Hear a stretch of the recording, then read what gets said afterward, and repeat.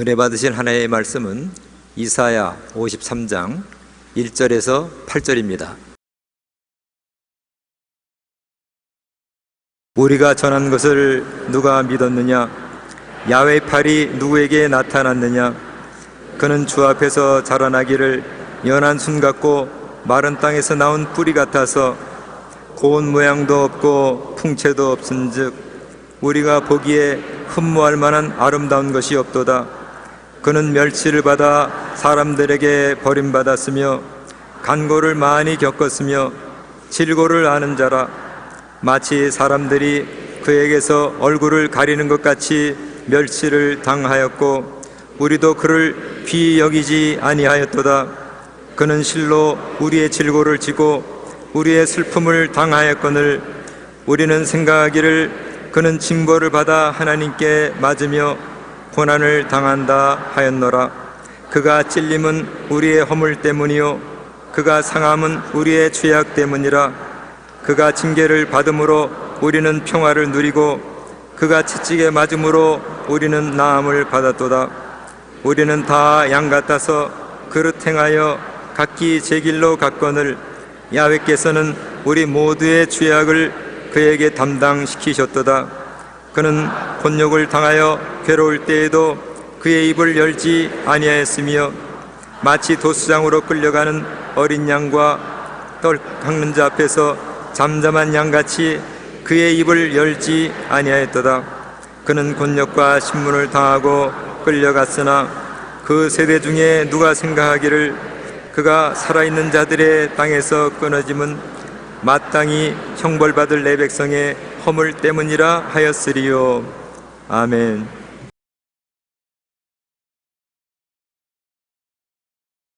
오늘은 예수님이 고난당하시기 위해서 예루살렘에 입성하는 날입니다. 지금으로부터 약 2700여 년 전에 이사야 선지자는 메시아의 탄생을 예언했습니다. 저는 이 예언을 읽어볼 때 마음에 굉장한 감동이 됩니다. 700년 전에 이사야는 이미 예수 그리스도께서 십자가에 못 박여 고난당할 것을 소상하게 보았습니다. 하나님께서 보이시지 않고는 이런 일이 있을 수가 없습니다. 특히 본문 말씀은 메시아의 구원 사역에 대해서 말씀하고 있습니다.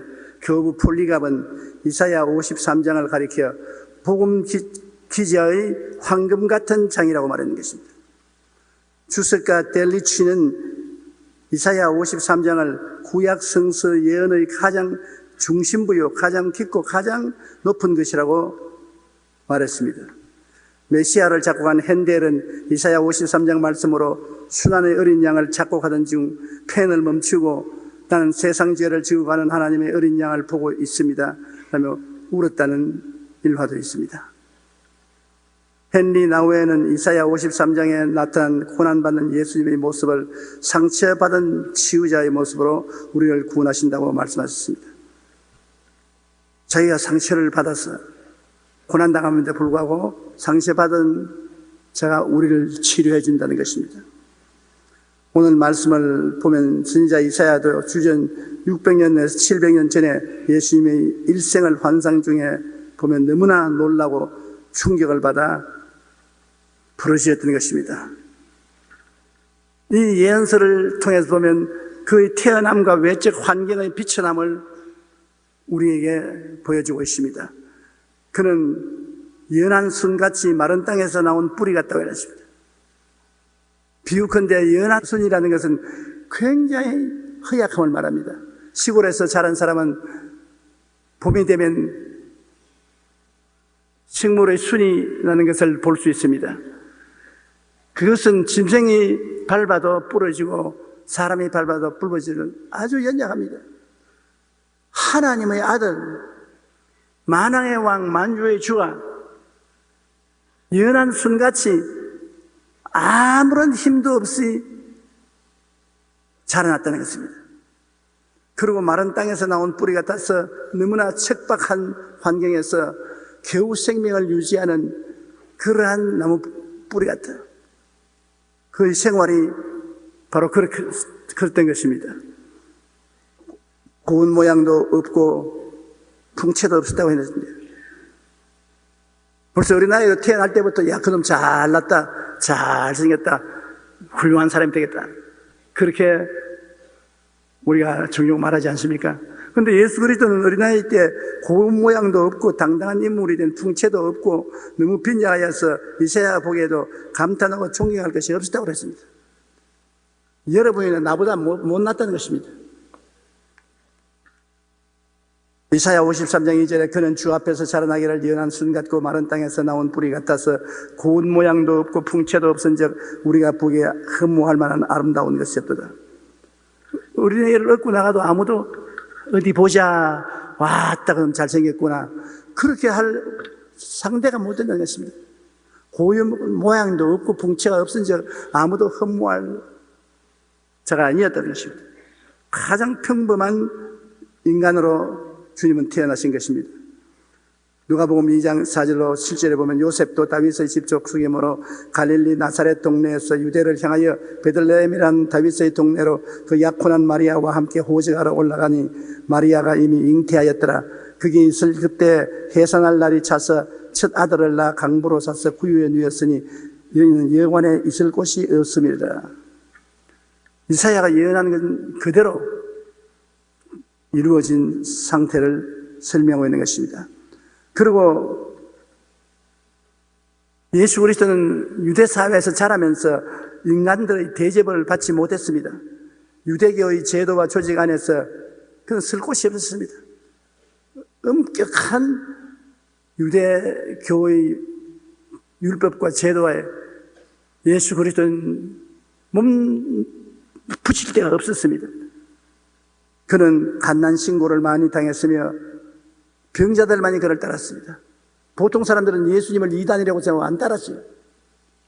그러나 예수님께 가면은 병든 사람들은 백발로 다 나으니까, 안진뱅이도 정발도 김어거리도 벙어리도 장님도 다 나으니까 이단이라 하든 삼단이라 하든 나고 보자. 그래서 사람들이 많이 따라다녔어요. 그러나 유대의 중심의 사회는 예수 그리스도를 무시해버리고 얼굴을 가리고 존경하지 아니했습니다. 이사야 53장 3절에 그는 멸시를 받아 사람들에게 버림받았으며 강고를 많이 겪었으며 질고를 하는 자라. 마치 사람들이 그에게 얼굴을 가리는 것 같이 멸시를 당하였고 우리도 그를 귀히 여기지 아니하였더니. 그는 완전히 외로웠습니다. 따돌림을 당했습니다. 유대인의 사회 속에서 그는 완전히 사람들에게 따돌림을 당하고 오직 그게 찾아오는 사람들은 병들고 헐벗고 굶주린 힘없고 능력 없는 사람들이었습니다. 마태복음 4장 23절로 24절에 보면 예수께서 온 갈릴리에 두루 다니시며 그들의 회당에서 가르치시며 천국 복음을 전파하시며 백성 중에 모든 병과 모든 약한 것을 고치시니 그의 소문이 온 수리아에 퍼진지라. 사람들이 모든 앓는 자 곧 각종 병에 걸려서 고통당하는 자, 귀신 들린 자, 간절한 자, 중풍병자를 데려오니 그들을 고치더라. 이사야가 예언한 그대로입니다. 평범한 삶, 중류사회의 사람들은 완전히 예수를 무시하셨으나 예수님이 병은 다 고쳤으니까 보면 놀랍습니다. 백성 중에 모든 병입니다. 한두 가지 병이 아닙니다. 그리고 모든 약한 것입니다. 한두 가지 약한 거 아니고 모든 약한 것. 그러니 그리스도 안에 치료받으러 줄을 설 수밖에 없습니다. 그러므로 치료가 필요한 사람이 예수님을 따라 나왔었습니다. 예수 그리스도는 어제나 오늘이나 영원토록 동일하다고 말씀하셨는데 오늘날도 예수님이 계시는 곳에 나오면 고침을 받을 수가 있습니다. 고침을 받을 수가 없다는 것은 우리가 그만큼 믿음이 약해졌다는 것입니다. 우리는 예수님 초대 목회 치료받은 사람들처럼 오늘날 치료받아야 되는 것입니다. 교회라는 것은 수많은 영육간에 병든 사람을 치료하는 병원이 되어야 되는 것입니다. 주는 성령을 통해서 치료하는 역사를 베풀어 주는 것입니다. 마태복음 8장 20절에 예수께서 이르시되 여우도 굴이 있고 공중의 새도 거처가 있으되 인자는 머리 둘 곳이 없다 하시더라. 이 가난하고 헐벗고 굶주린 사람을 치료해 주었으나 아무도 예수님을 영접할 사람이 없고 아무도 의지할 데가 없었습니다. 머리 둘 곳이 없다고 예수님이 말하셨습니다. 그러나 성경에는 예수 그리스도의 진정한 모습과 사명을 분명히 보여주고 있는 것입니다. 예수 그리스도의 삶 자체가 우리의 질고를 몸에 짊어지고 그로 인한 슬픔을 당하였어요. 진정한 예수의 모습입니다. 우리의 질고를 몸에 짊어지고 질고 때문에 다가오는 슬픔을 당하는 것입니다. 주님이 여러분 우리 병든 사람을 그냥 지나치는 것이 아닙니다. 여러분의 병을 주님이 몸에 짊어진 것입니다. 그리고 여러분의 슬픔을 예수님이 함께 당한다는 것입니다. 그럼에도 사람들은 몰리했습니다. 하나님이 그를 미워하여 정별로 사람의 삶의 고난을 받고 십자가를 지게 했다. 부정적으로만 생각했습니다. 예수님은 그 고통스러운 삶은 우리의 질병을 짊어지고 우리의 고통에 동참하였는데 일반 사람들은 그렇지 않다. 예수님은 하나님을 반역하고 하나님 미워해서 고난당하게 만들었다고 그렇게 생각을 잘못했는 것입니다. 마음이 괴로운 것은 사람들 눈에 보이지 않아도 실상 눈에 보이는 상처보다 더 괴로운 것입니다. 예수님은 그의 삶 자체가 우리의 죄악을 온몸에 짊어지고 그로 인하여 슬픔을 당하였습니다. 이사야 52장 14절에 그의 모양이 타인보다 상하여 그의 모습이 사람들보다 상하였으므로 많은 사람이 그에 대하여 놀랐거니와 라고 기록하고 있습니다. 예수님은 이처럼 깊은 고통과 슬픔을 마음에 당했습니다. 그런 고통을 당해도 사람들은 예수님의 마음이 안 보이니까 누가 알나? 그 고통당한 누가 알아? 인정하지 않았습니다. 마가복음 15장 15절로 20절에 보면 빌라도가 무리에게 만족을 주고자 하여 바라바는 놓아주고 예수는 채찍질하고 십자가에 못 박게 넘겨주니라. 군인들이 예수를 끌고 브라이오드리오라는 뜰 안으로 들어가서 온 군대를 모으고 예수에게 자색 옷을 입히고 가시관을 엮어 씌우고 격리하여 이르되 유대인의 왕이여 평안할지어다 하고 갈대로 그의 머리를 치며 침을 뱉으며 꿇어 절하더라. 희롱을 당한 후 자색 옷을 벗기고 도로 그의 옷을 입히고 십자가에 못 박으려고 끌고 나가니라. 우리는 예수님의 죽음을 생각하면 그의 단순히 십자가 형틀에 달려서 돌아가신 것을 생각합니다. 그러나 지금까지의 연구 결과에 의하면 예수님 시절에 십자가에 못 박인다는 것 형벌은 제일 마지막 순서에 십자가에 못 박이는 겁니다. 그 앞 순서에 많은 고문과 고통이 따른다는 것입니다. 당시 죄인에 대한 형벌은 심한 채찍으로부터 시작합니다. 채찍 끝에는 나비나 동물의 뼈 같은 것이 달려 있어서 한 번 맞으면 살에 박혀 땡기면 살이 찢기고 뼈가 상하게 되는 것입니다. 그 고통은 엄청난 것이어서 매를 맞다가 그 충격으로 죽는 죄인들도 많이 있었습니다. 그러한 고통 가운데 자신이 못 박힐 2m 길이의 무거운 나무를 끌고 사형당할 장소까지 이동하는 것입니다. 그 외에 십자가형이 집행되었습니다. 이 십자가형의 고통은 우리의 상상을 초월합니다. 캔버스 대학의 해부학 교수인 하워드 매츠키 교수는 십자가형의 고통을 이학적으로 분석해서 이렇게 말했습니다. 몸의 체중이 두 손에 박힌 못에 매달리기 때문에 살이 찢어지고 많은 피를 쏟으며 통증이 극심합니다. 또한 가슴으로부터 팔에 이르는 근육이 극도로 늘어져 땡겨서 팽창함으로 호흡장애를 일으켜 숨을 쉴 수가 없습니다. 숨을 쉴 수 없으니 몸에는 산소가 부족하여 온몸에 경련이 일어납니다. 이것이 너무나 고통스러워서 몸을 좀 위로 조금이라도 치켜 올리려 하면 이때마다 체중이 발등에 꽂힌 못에 실리게 되어 고통은 더욱 가중된다고 합니다. 바로 이러한 고통을 주님은 6시간 당하시고 온몸의 피와 물을 쏟아내시고 돌아가신 것입니다. 예수님이 십자가에서 온몸으로 당하신 이러한 고난은 아담 이후 우리 인류의 죄를 용서하시기 위한 것이었습니다. 인간은 모두 인생의 자랑과 욕심에 따라 제각각 탐욕의 길로 가고 예수님은 이 모든 우리의 죄를 대신 지시고 고통받으셨던 것입니다. 여러분, 우리가 이사야 53장을 읽든지 예수님에 대한 사건을 읽을 때마다 늘 알아야 될 것은 예수님은 나 대신해서 나를 위해서 오시고 고난당하시고 가셨다는 것입니다. 나라는 것을 잊지 말아야 됩니다. 나 대신. 예수님께서는 이 세상에 올 필요도 없고 고난당할 필요도 없고 십자가 매달릴 이유도 없습니다. 내 대신 나 때문에 중요한 십자가를 걸머지고 고난을 당했다는 것을 우리가 알아야 되는 것입니다. 예수님께서 우리를 위해 대신 고통을 당하시고 고난받으심으로 우리 죄를 사해 주시고 구원의 새 생명을 주신 것입니다. 내 대신하여 여러분을 대신해서 주님이 모든 고난을 다 당하신 것입니다.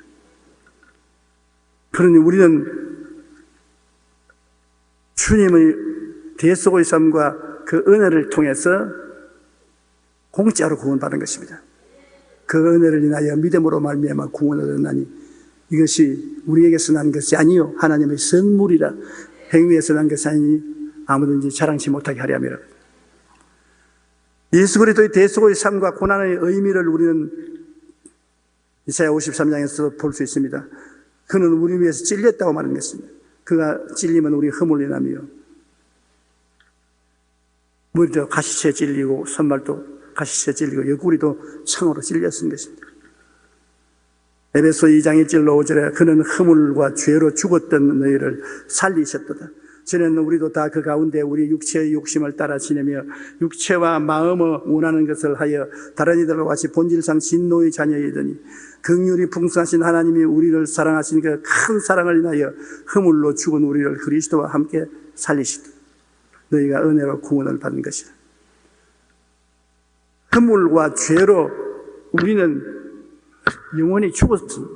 육체만 살아있지 영적으로는 죽었습니다. 이런 우리를 예수 그리스도 십자가를 통해서 함께 살렸다.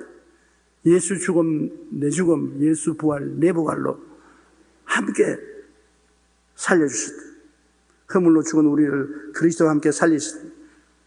예수 그리스도를 구주로 믿는 여러분은 오늘 모두 다 사망에서 생명으로 옮김을 받았습니다. 살아난 사람입니다. 한번 따라 말씀해 주세요. 나는 영적으로 예수님과 함께 살았습니다. 얼마나 감사한 일이겠습니까? 또 성경은 그가 상하면 우리의 죄악을 인함이라. 예수님은 마음이 상하고 육체가 상하고 몰골이 많이 아니었습니다. 베드로전서 3장 18절에 그리스도께서 단번에 죄를 위하여 죽어서 의인으로서 불의한 자를 대신하였으니 이는 우리를 하나님 앞으로 인도하려 하십니다. 죄를 인하여 상해서 그 고통 중에 우리를 이끌고 하나님께로 나갑니다. 예수님의 보혈을 통해서 아버지께로 나갑니다. 보혈을 통하지 않고는 아버지께로 나갈 수가 없는 것입니다. 고린도후서 5장 21절에 하나님이 죄를 알지도 못하신 이를 우리를 대신하여 죄로 삼으신 것은 우리로 하여금 그 안에서 하나님의 의가 되게 하려 하십니다. 여기에 여러분 보세요. 죄를 알지도 못하신 이를 우리를 대신하여 죄로 삼으신 것은 예수님을 죄로 삼아버렸습니다. 그냥 죄 지은 것이 아니라 죄 덩어리로 만들어버리셨습니다. 너는 죄를 지었다가 아니라 너는 죄다. 나의 죄를 고스란히 그대로 인수인계받아서 예수님이 죄가 되었습니다. 그렇기 때문에 엄청난 심판을 받은 것입니다.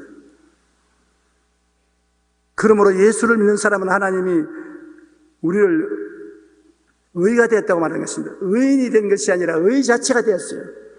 의라는 것은 하나님 앞에 부끄럼 없이 설 수 있는 자격을 말하는 것입니다. 일생에 한 번도 죄를 안 지은 상태가 의입니다. 사탄이 우리를 참수할 수 없는 그러한 상태가 의입니다. 엄청난 이로운 의가 우리 힘으로 됩니까? 예수님 때문에 의롭게 되는 것입니다. 예수님이 우리를 대신하여 죄가 되시고 우리는 예수님을 통해서 의가 되는 것입니다. 네덜란드 유명한 화가 렘브란트는 성화를 많이 그렸습니다. 그 가운데 예수님께서 십자가에 돌아가시는 장면을 그린 것이 있습니다. 이 그림을 보면 예수님이 고통당하시면서 십자가에서 돌아가시는 모습이 아주 생생하게 그려져 있습니다. 거기에는 마리아와 사람들이 예수님 주변에 서서 울고 있거나 탄식하고 두려워하는 모습이 그 표정이 하나같이 살아있다고 합니다. 그런데 그 그림의 한쪽 구석에는 2000년 전 당시의 유대 사람하고는 전혀 상관이 없는 한 사람이 그려져 있습니다. 자세히 보면 그것은 바로 렘브란트 자신입니다. 그는 여기에 대해 이렇게 고백했습니다. 예수님이 십자가에서 돌아가시는 현장에 거기에 내가 있었습니다. 내가 그곳에서 십자가에서 돌아가시는 예수님을 바라보았습니다. 예수님은 바로 나를 위해 죽으셨기 때문인 것입니다. 2000년 전 예수님의 십자가 돌아가시는 모습을 그릴 때 자기가 그 곁에 있는 모습을 그린 것은 예수 죽음 내 죽음, 시간은 2000년이라는 세월이 지났지만 하나님은 시간을 초월한 영원한 하나님이기 때문에 그때 예수님이 죽은 것은 내 때문에 죽었다. 그래서 나 그림을 그 옆에 그려놓은 것입니다. 한번 따라 말씀하세요. 예수 죽음 내 죽음, 예수 부활 내 부활, 예수 천당 내 천당. 예수님 나와 분리할 수 없습니다. 나와 분리하고 따로 예수님을 생각할 수 없습니다. 렘브란트처럼 예수님이 죽는 그 자리에 내가 같이 있습니다. 2000년 전 갈보리 십자가에 여러분 다 같이 있었어요. 여러분의 이름으로 여러분이 지은 죄를 예수님이 십자가에 걸머지고 매달린 것입니다. 그러므로 여러분과 예수 그리스도가 분리할래야 분리할 수가 없습니다. 여러분, 예수님은 이 땅에 40년 동안 우리의 죄악을 온몸에 짊어지고 그로 인해 슬픔을 당했습니다.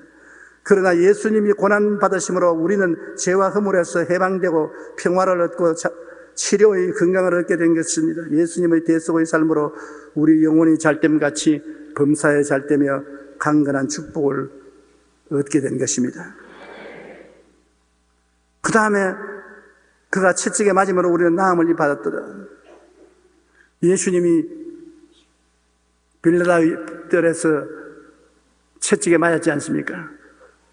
예수님이 채찍에 맞으신 것은 그 당시에 보통 죄인들 채찍을 40대 때리는데 40대 이상 때리면 죽어버린답니다. 그 40대까지는 거의 죽은 상태까지 때리는데 그 채찍 끝에 쇠고랑이나 뼈 조각이 붙어 있어서 살을 파고 들어오는 것을 채찍을 때리니까 살점이 떨어져 나오고 갈비뼈가 상합니다. 그 억센 고통을 예수님은 당할 필요가 없어요. 예수님은 죄를 지은 적이 없기 때문에 고통당할 필요가 없는 것입니다. 우리 죄 때문에 얻어맞은 것입니다. 그러므로 여러분은 병 들어있을 권리가 없습니다. 여러분 때문에 예수님이 채찍에 맞았는데요, 칼이 살이 찢어지고 뼈가 상하고 고통을 당하면서 니를 깨물고 주님이 참은 것은 저가 채찍에 맞음으로 너희가 나음을 입었도다. 그런데도 불구하고 나는 병을 짊어지고 있으면 예수님의 채찍에 맞은 것은 헛되고 말지 않습니까? 예수님의 고난을 헛되게 하지 않기 위해서는 이 말씀을 믿고 나아야죠. 내 믿은 대로 될지어다. 2000년 전에 채찍에 맞으신 예수님은 지금 바로 여러분 곁에 채찍 맞은 그대로 와 계신 것입니다. 예수님이 채찍 맞은 모습을 보고 난 나아야지. 한번 따라 말씀해. 제가 채찍에 맞음으로 내가 나음을 얻었도다. 여러분이 지금 병을 앓고 괴로워하고 고통스러운 것은 육체가 느끼는 것입니다. 그러나 하나님의 약속은 채찍의 맞음으로 너희가 나음을 입었다고 했으니 그 약속을 우리가 이해하고 꿈꾸고 믿고 신해야 되는 것입니다. 그러면 그대로 되는 것입니다. 베드로전서 2장 24절에 친히 나무에 달려 그 몸으로 우리 죄를 담당하셨으니 이는 우리로 죄에 대하여 죽고 의에 대하여 살게 하려 하심이라. 그가 채찍에 맞음으로 너희는 나음을 얻었나니. 마태복음 8장 16절로 17절에 예수께서 말씀으로 귀신을 쫓아내시고 병든 자를 다 고치시니. 예수님의 사역에는 다가 붙어 있습니다. 어떤 사람은 고치고 어떤 사람은 안 고쳤다 이렇게 말하지 않으시고 다 고치다. 그러면 여러분도 포함되어 있습니다. 이는 선지자 이사야를 통하여 하신 말씀에 우리의 연약한 것을 친히 담당하시고 병을 짊어지시도다 함을 이루려 하심이라. 그러므로 우리 예수 믿는 사람이 병든다는 것은 참 고약한 일입니다. 왜냐하면 예수님이 분명히 날 위하여 십자가에 말리기 전에 채찍에 맞아 온몸이 찢어졌는데 나는 예수님을 믿으면서 병들어 있다. 예수님께서 야, 내가 너 때문에 십자가에 못 박혔고 채찍에 맞았다. 그러므로 일어나라. 안 일어나거든. 왜 안 일어나니? 안 믿어져요. 안 믿어지는 건 참 절단입니다. 제가 서대문에서 목회할 때 철학기도 인도하는데 철학기도를 인도하고 병야 위한 기도를 했습니다. 연세대학교 학생이 극심한 위궤양으로 병원에 치료를 받아 낫지 못하고 너무나 고통스러워 제게 와서 사무실에서 몇 번이나 안수를 받았습니다. 그래도 효과가 없었어요. 근데 금요일 날 저녁에 예배를 드리고 병 낫는 자 위해서 기도하고 다 앉으라고 했는데 그는 서서 예수님 이름으로 나는 나았습니다. 오늘 저녁에 깨끗이 되어 나았습니다. 건강에 되었습니다. 아이고 안 믿어지네. 세월이 오래되었지만 아직 그 단식이 잊어지지 않습니다. 그렇게 믿으려고 애를 써도 안 믿어지니까 나았다고 고함을 치고 난 다음에 아이고 안 믿어지네. 그런데 우리가 믿는다는 것은 내가 믿는 것이 아니라 내가 예수님을 믿는 것입니다. 하나님을 믿는 것입니다. 예수님이나 하나님은 거짓말하지 않지 않습니까? 예수님이나 하나님을 믿는 것이지 내 믿음을 내가 믿는 것이 아닌 것입니다. 그 학생이 나중에 위궤양에서 낫고 신학교 들어가서 목사가 되어서 부산에서 목회하는 것을 보았습니다. 예수님의 십자가에 고난당한 총체적인 의미가 바로 이사야 53장 6절에 있습니다. 우리는 다 양 같아서 그를 행하여 각기 제 길로 갔거늘 야훼께서는 우리 모두의 죄악을 그에게 담당시켰다. 우리 모두의 죄악을 그에게 담당시켰다. 우리는 하나님의 길이 아닌 제 탐욕의 길로 다 나갔습니다. 하나님 믿지 않았어요. 전부 탐욕의 길로 왔습니다.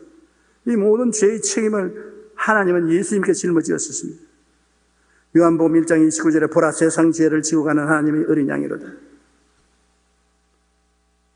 예수님께서 겟세마네 동산에서 기도하실 때 아버지 할 수만 있으면 이 잔을 내게서 옮기시옵소서. 그러나 내 뜻대로 마옵시고 아버지 뜻대로 하시옵소서. 왜냐하면 이 고난이 하나님의 아들조차 두려워하는 고난입니다. 얼마나 혹심한 사형제도이기 때문에 할 수만 있으면 이 잔을 옮겨달라고 예수님도 하나님께 사정했습니다. 그러나 내 뜻대로 마옵시고 아버지 뜻대로 하시옵소서. 예수님이 고난 안 걸머지면 여러분과 나는 우리 죄 때문에 다 영원히 지옥에 가서 살아야 되는 것입니다. 예수님은 하나님이시기 때문에 사흘만 고통당하면은 우리 죄를 다 청산하고 사망을 철폐하고 나올 수 있는데 우리는 3일이 아니라 3년이 아니라 3,000년, 3억년, 3조년 영원히 못 갚을 죄짐인 것입니다. 그러나 예수님은 하나님 아들이므로 여러분과 나와 다릅니다. 우리 형상으로 오셨지만은 죄 없이 왔어요. 죄의 값이 사망이지요. 예수님은 죽을 필요가 없어요. 예수님은 안 죽을 분입니다. 예수님이 우리 위해서 자원의 십자가 안 짊어졌으면 엘리야와 같이 공중으로 들려 올라갔었습니다. 오늘날 이슬람 교도들은 그렇게 말합니다. 내가 이슬람 대학에 가서 차프를 인도한 적이 있는데 내게 말하기를 예수님이 십자가에서 죽어서 3일간 무덤에 있다가 하늘로 들러 올라갔다는데 거짓말입니다. 예수님 같이 죄 없는 사람이 왜 고난받아요? 예수님은 하늘로 산채로 들려 올라갔습니다. 그런 말을 하더라고요. 근데 그분은 구원을 몰라서 그런 소리 하는 것입니다. 예수님이 죄 없는 사람이기 때문에 우리 죄가 예수님에 의해서 청산될 수가 있는 것입니다. 예수님이 죄가 있으면 우리 구주가 안 됩니다. 예수님이 죄가 없기 때문에 우리 죄를 대신 청산하기 위해서 십자가를 걸머진 것입니다. 이사야 53장 8절에 그는 곤욕과 신문을 당하고 끌려갔으나 그 세대 중에 누가 생각하기를 그가 살아있는 자들이 이 땅에서 끊어지면 마땅히 형벌받을 내 백성의 허물 때문이라 하였으니 그가 곤욕과 신문을 당하고 끌려갔는데 그 세대 중에는 왜 예수님이 곤욕을 당하고 고통을 당한지 몰랐습니다. 예수님이 고통을 당하고 괴로움을 당한 것은 마땅히 형벌을 받을 내 백성의 허물 때문이라는 것입니다. 마땅히 우리 죄인들의 받아야 될 허물을 예수님이 대신 지르고 고통당했다는 것을 그때 사람들은 몰랐다는 것입니다. 고린도전서 1장 29절로 31절에 이는 아무 육체도 하나님 앞에서 자랑하지 못하게 하려 하심이라. 너희는 하나님께로부터 나서 그리스도 예수 안에 있고 예수는 하나님께로부터 나와서 우리에게 지혜와 의로움과 거룩함과 구원함이 되셨으니 기록된 바 자랑하는 자는 주 안에서 자랑하라 함과 같게 하려 함이라. 그러므로 우리가 예수 안에 있으면 예수님 우리에게 지혜가 되시고 의로움이 되시고 거룩함이 되시고 구원함이 되시는 것입니다. 그것을 깨닫고 그것을 믿고 그것을 시인하십시오. 예수를 믿고 구원은 받았다고 하면서 변화를 받지 않은 사람이 많습니다. 구원은 받았는데 변화를 안 받아요. 옛날 거짓말 그대로 하고 옛날 깡패녀로 그대로 하고 이 분명히 교회에 나와서 기도도 하고 찬송도 하고 구원은 받았는데 변화가 오지 않습니다. 예수를 믿고 난 다음에는 구원만 받을 뿐 아니라 변화가 꼭 다가와야 되는 것입니다. 그 변화를 믿어야 돼요. 예수님이 날 위해서 십자가에서 이미 죄와 흠음만 청산한 것이 아니라 미워하는 마음, 술 취하는 것, 아편 중독, 부실할 마음, 욕하는 마음, 이런 모든 것이 다 그리스도 안에서 청산되어 버리고 예수님이 나의 의가 되고 나의 거룩과 성결이 되었다는 것을 믿어야 돼요. 내 힘으로 변화 안 됩니다. 예수님 신앙생활하는 사람 갖다 놓고 종아리를 때려가면서 변화시키려고 해도 육체는 변화 안 됩니다. 협박 공갈을 하면 겁이 나서 좀 움츠렸다가도 그 다음에 조금 놓아주면 또 옛날로 돌아가는 것입니다. 근본적으로 삶이 변화돼야 돼요. 그것은 주님이 직접 성령으로 여러분을 새롭게 만들어버려야 되는 것입니다. 돌아 새 것이 되었도다. 누구든지 그리스도 안에 있으면 새로운 피조물이라. 옛날 피조물이 아닙니다. 이전 것은 지나갔으니 보라 새 것이 되었도다. 옛날 우리는 지나가버리고 누가 봐도 새 것이 되었다. 내가 봐도 내가 새 것이 되었다. 이것은 주님의 십자가의 능력이 내 속에 들어오지 않고는 안 되는 것입니다. 그러기 위해서 예수님이 십자가에서 고통을 통하여서 내 모든 죄와 불의와 추악과 저주를 짊어지고 갔다는 것을 깨달아 알아야 되고 그런 변화된 내 모습을 꿈꾸어야 되고 믿어야 되고 나는 변화됐다고 입으로 시인해야 되는 것입니다. 그러면 성령이 오셔서 새 사람으로 만들어버리는 것입니다. 성령이 오셔서 여러분을 변화시키지 여러분 힘과 결심으로는 안 됩니다. 전지전능하신 하나님의 계획과 섭리를 우리 인간의 머리로는 이해할 수가 없습니다. 덧셈 뺄셈도 하지 못하는 유치원 어린이가 선생님께 미분 적분을 가르쳐 달라고 하면 선생님이 뭐라고 말하겠습니까? 그냥 어린아이 보고 웃고 말지 말할 수가 없어요. 더하기도 보태기도 빼기도 잘 못하는 애가 미분 적분을 어떻게 합니까? 설명해도 모릅니다. 아인슈타인 박사가 여기 와서 우리에게 상대성 원리를 설명해 주어도 수학과 물리학의 문화인 우리들은 그 말 무슨 말인지 못 알아들었습니다. 아인슈타인 혼자 자기 혼자 말하고 우리는 우리대로 잡생각만 하지 못 알아듣습니다. 그런데 하물며 여러분 하나님께서 말씀을 하실 때 피조물인 우리가 일일이 다 내용을 안다고 하면 거짓말쟁이입니다. 하나님이 하시는 것을 우리는 어떻게 낱낱이 알아요? 하나님도 우리가 못 알아들을 줄 알기 때문에 그냥 믿으라 그럽니다. 그냥 눈땅 까고 믿으라. 밥을 먹는데 단백질이 얼마이고 함수탄수가 얼마이고 비타민이 얼마나 들었고 그거 다 알아야 먹는다면 오늘 굶어야 될 사람 많습니다. 무조건 하고 먹으면 알아서 해주실 것이다. 알아서 영양분이 섭취될 것이라고 믿는 것이 얼마나 많습니까?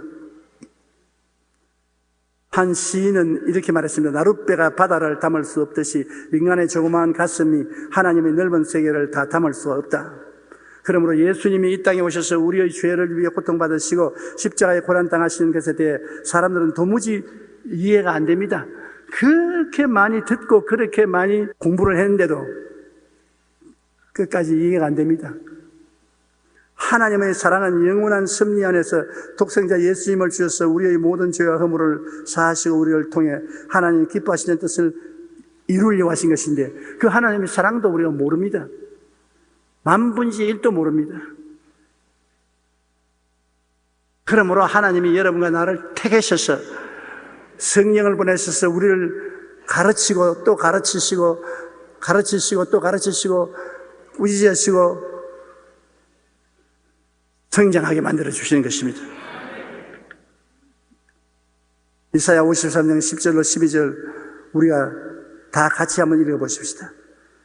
야훼께서 그에게 상함을 받게 하시기를 원하사 질고를 당케 하셨은즉 그의 영혼을 섞은 제물로 드리기에 이르면 그가 실을 보게 되며 그의 날은 길 것이요 또 그의 손으로 야훼께서 기뻐하시는 뜻을 성취하리로다.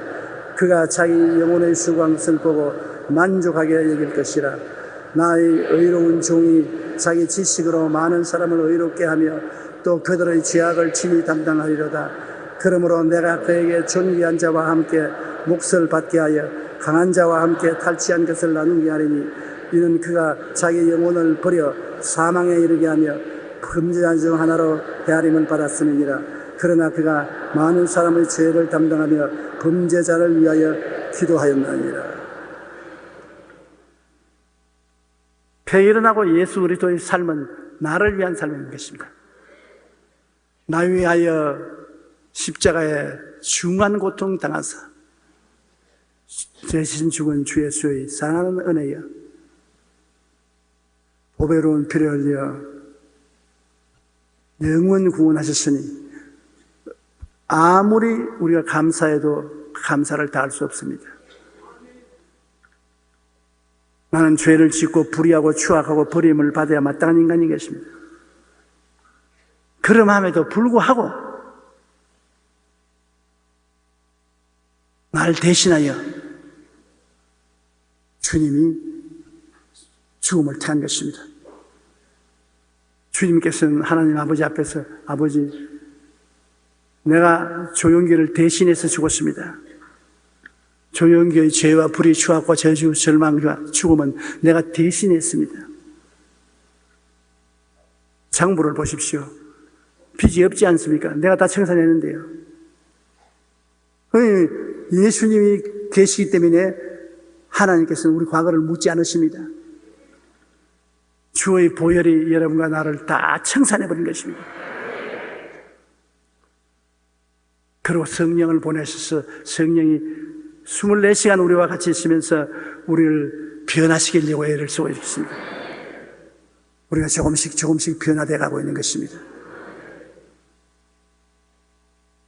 이 예수 그리스도의 은혜는 생각하면 생각할수록 마음이 더 감격에 넘치게 되는 것입니다. 여러분, 예수님의 고난을 잊지 마십시오. 매일같이 갈보리 십자가를 바라보십시오. 매일같이 갈보리 십자가를 바라보면서 예수님은 나의 죄를 위해서 십자가에 못 박혔다.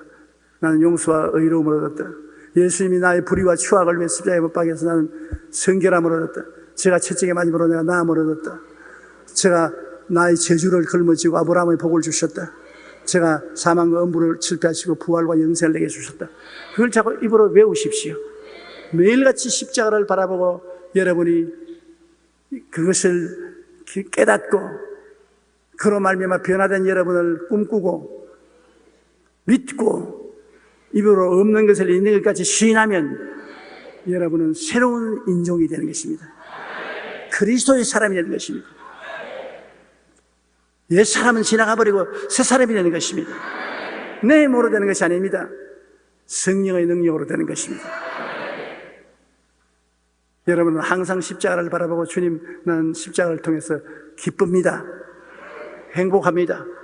현재 안 기쁘고 안 행복해도 예수 그리스도로 말미암아 기쁘고 행복하다고 생각하고 꿈꾸고 믿고 말하면 여러분 희한하게 행복해지고 기뻐지는 것입니다.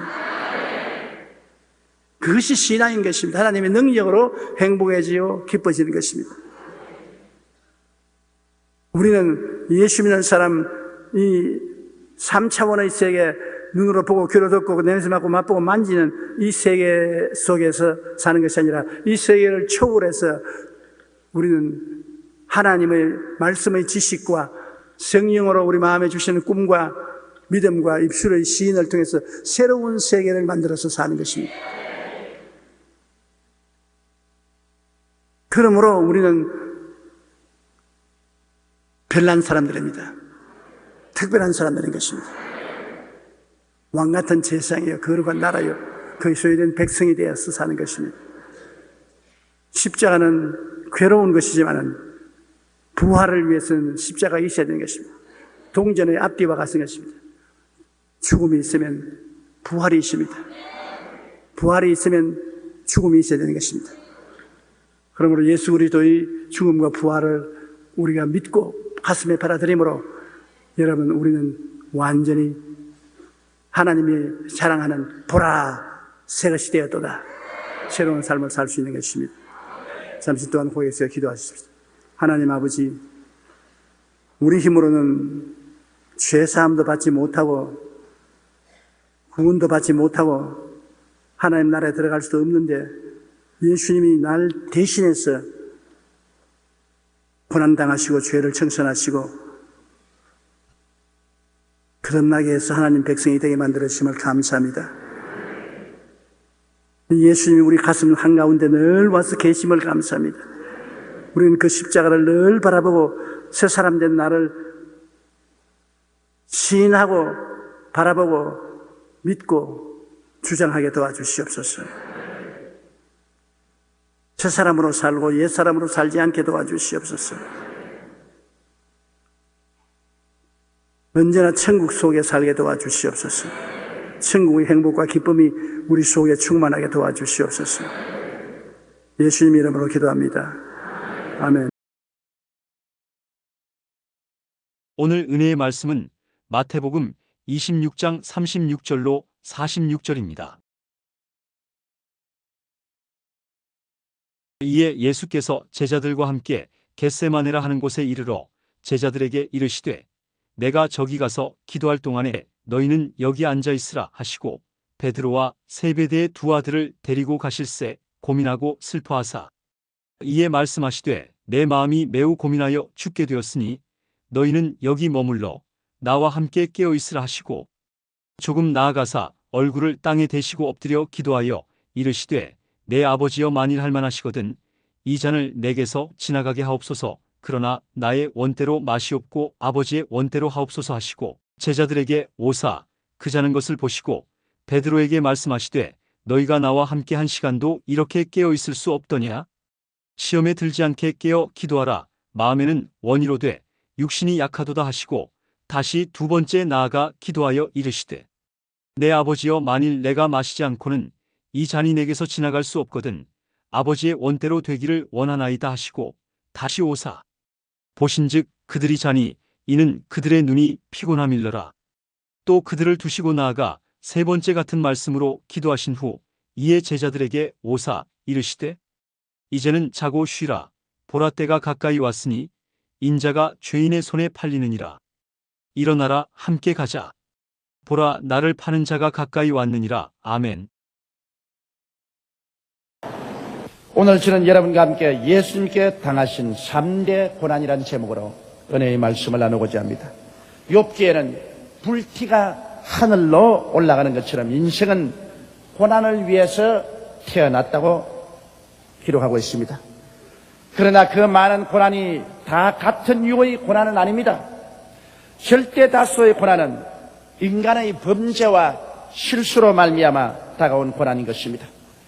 그것은 자업자득의 고난으로 아담 하와 이후로 하나님을 반역하고 범죄하고 잘못을 저질러서 직접 간접으로 당하는 고난인 것입니다. 그러나 예수님이 당하신 고난은 결코 자업자득적인 고난이 아닙니다.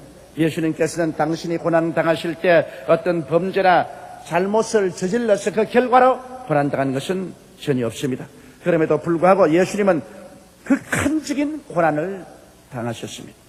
예수님이 당하신 고난은 타락한 인류를 그 죄악과 저주와 사망에서 건지시려고 자원하셔서 당하신 대속적인 고난인 것입니다. 그것은 인간을 지극히 사랑하셔서 인간이 마땅히 당해야만 할 고난을 주님께서는 대신 짊어지신 것입니다. 그 때문에 예수님의 고난은 용서와 구원과 치료와 축복의 샘을 터뜨린 견줄 데 없이 고귀한 고난이었습니다. 그런데 오늘 이 시간에 우리 주 예수께서 우리를 당하신 고난을 우리가 생각해 볼 때 예수님은 세 가지 부면에서 극한적인 고난을 당하신 것입니다. 우리는 예수 그리스도의 고난을 마음속에 깊이 생각해 보고 이 고난 주간에 우리 마음속에 겸허하게 그리스도를 경배해야 되겠습니다. 첫째로 예수님께서 당하신 고난은 영적인 고난인 것입니다. 사람은 영과 마음과 육체로 되어 있는 예수님께서 당하신 영적 고난은 형언할 수가 없습니다. 성경은 말씀하기를 죄를 알지도 못하신 자로 우리를 대신하여 죄를 삼으셨다고 성경은 말하고 있는 것입니다. 여러분, 아담과 하와가 하나님 앞에 지은 죄악은 인류의 원죄인 것입니다. 그들이 하나님을 반역하고 죄를 지음으로 인류는 죽음을 당한 것입니다.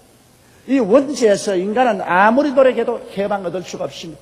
원래 하나님께로부터 버림받은 원죄를 지은 인간이기 때문에 인간은 죄인이므로 자범죄를 많이 지었습니다.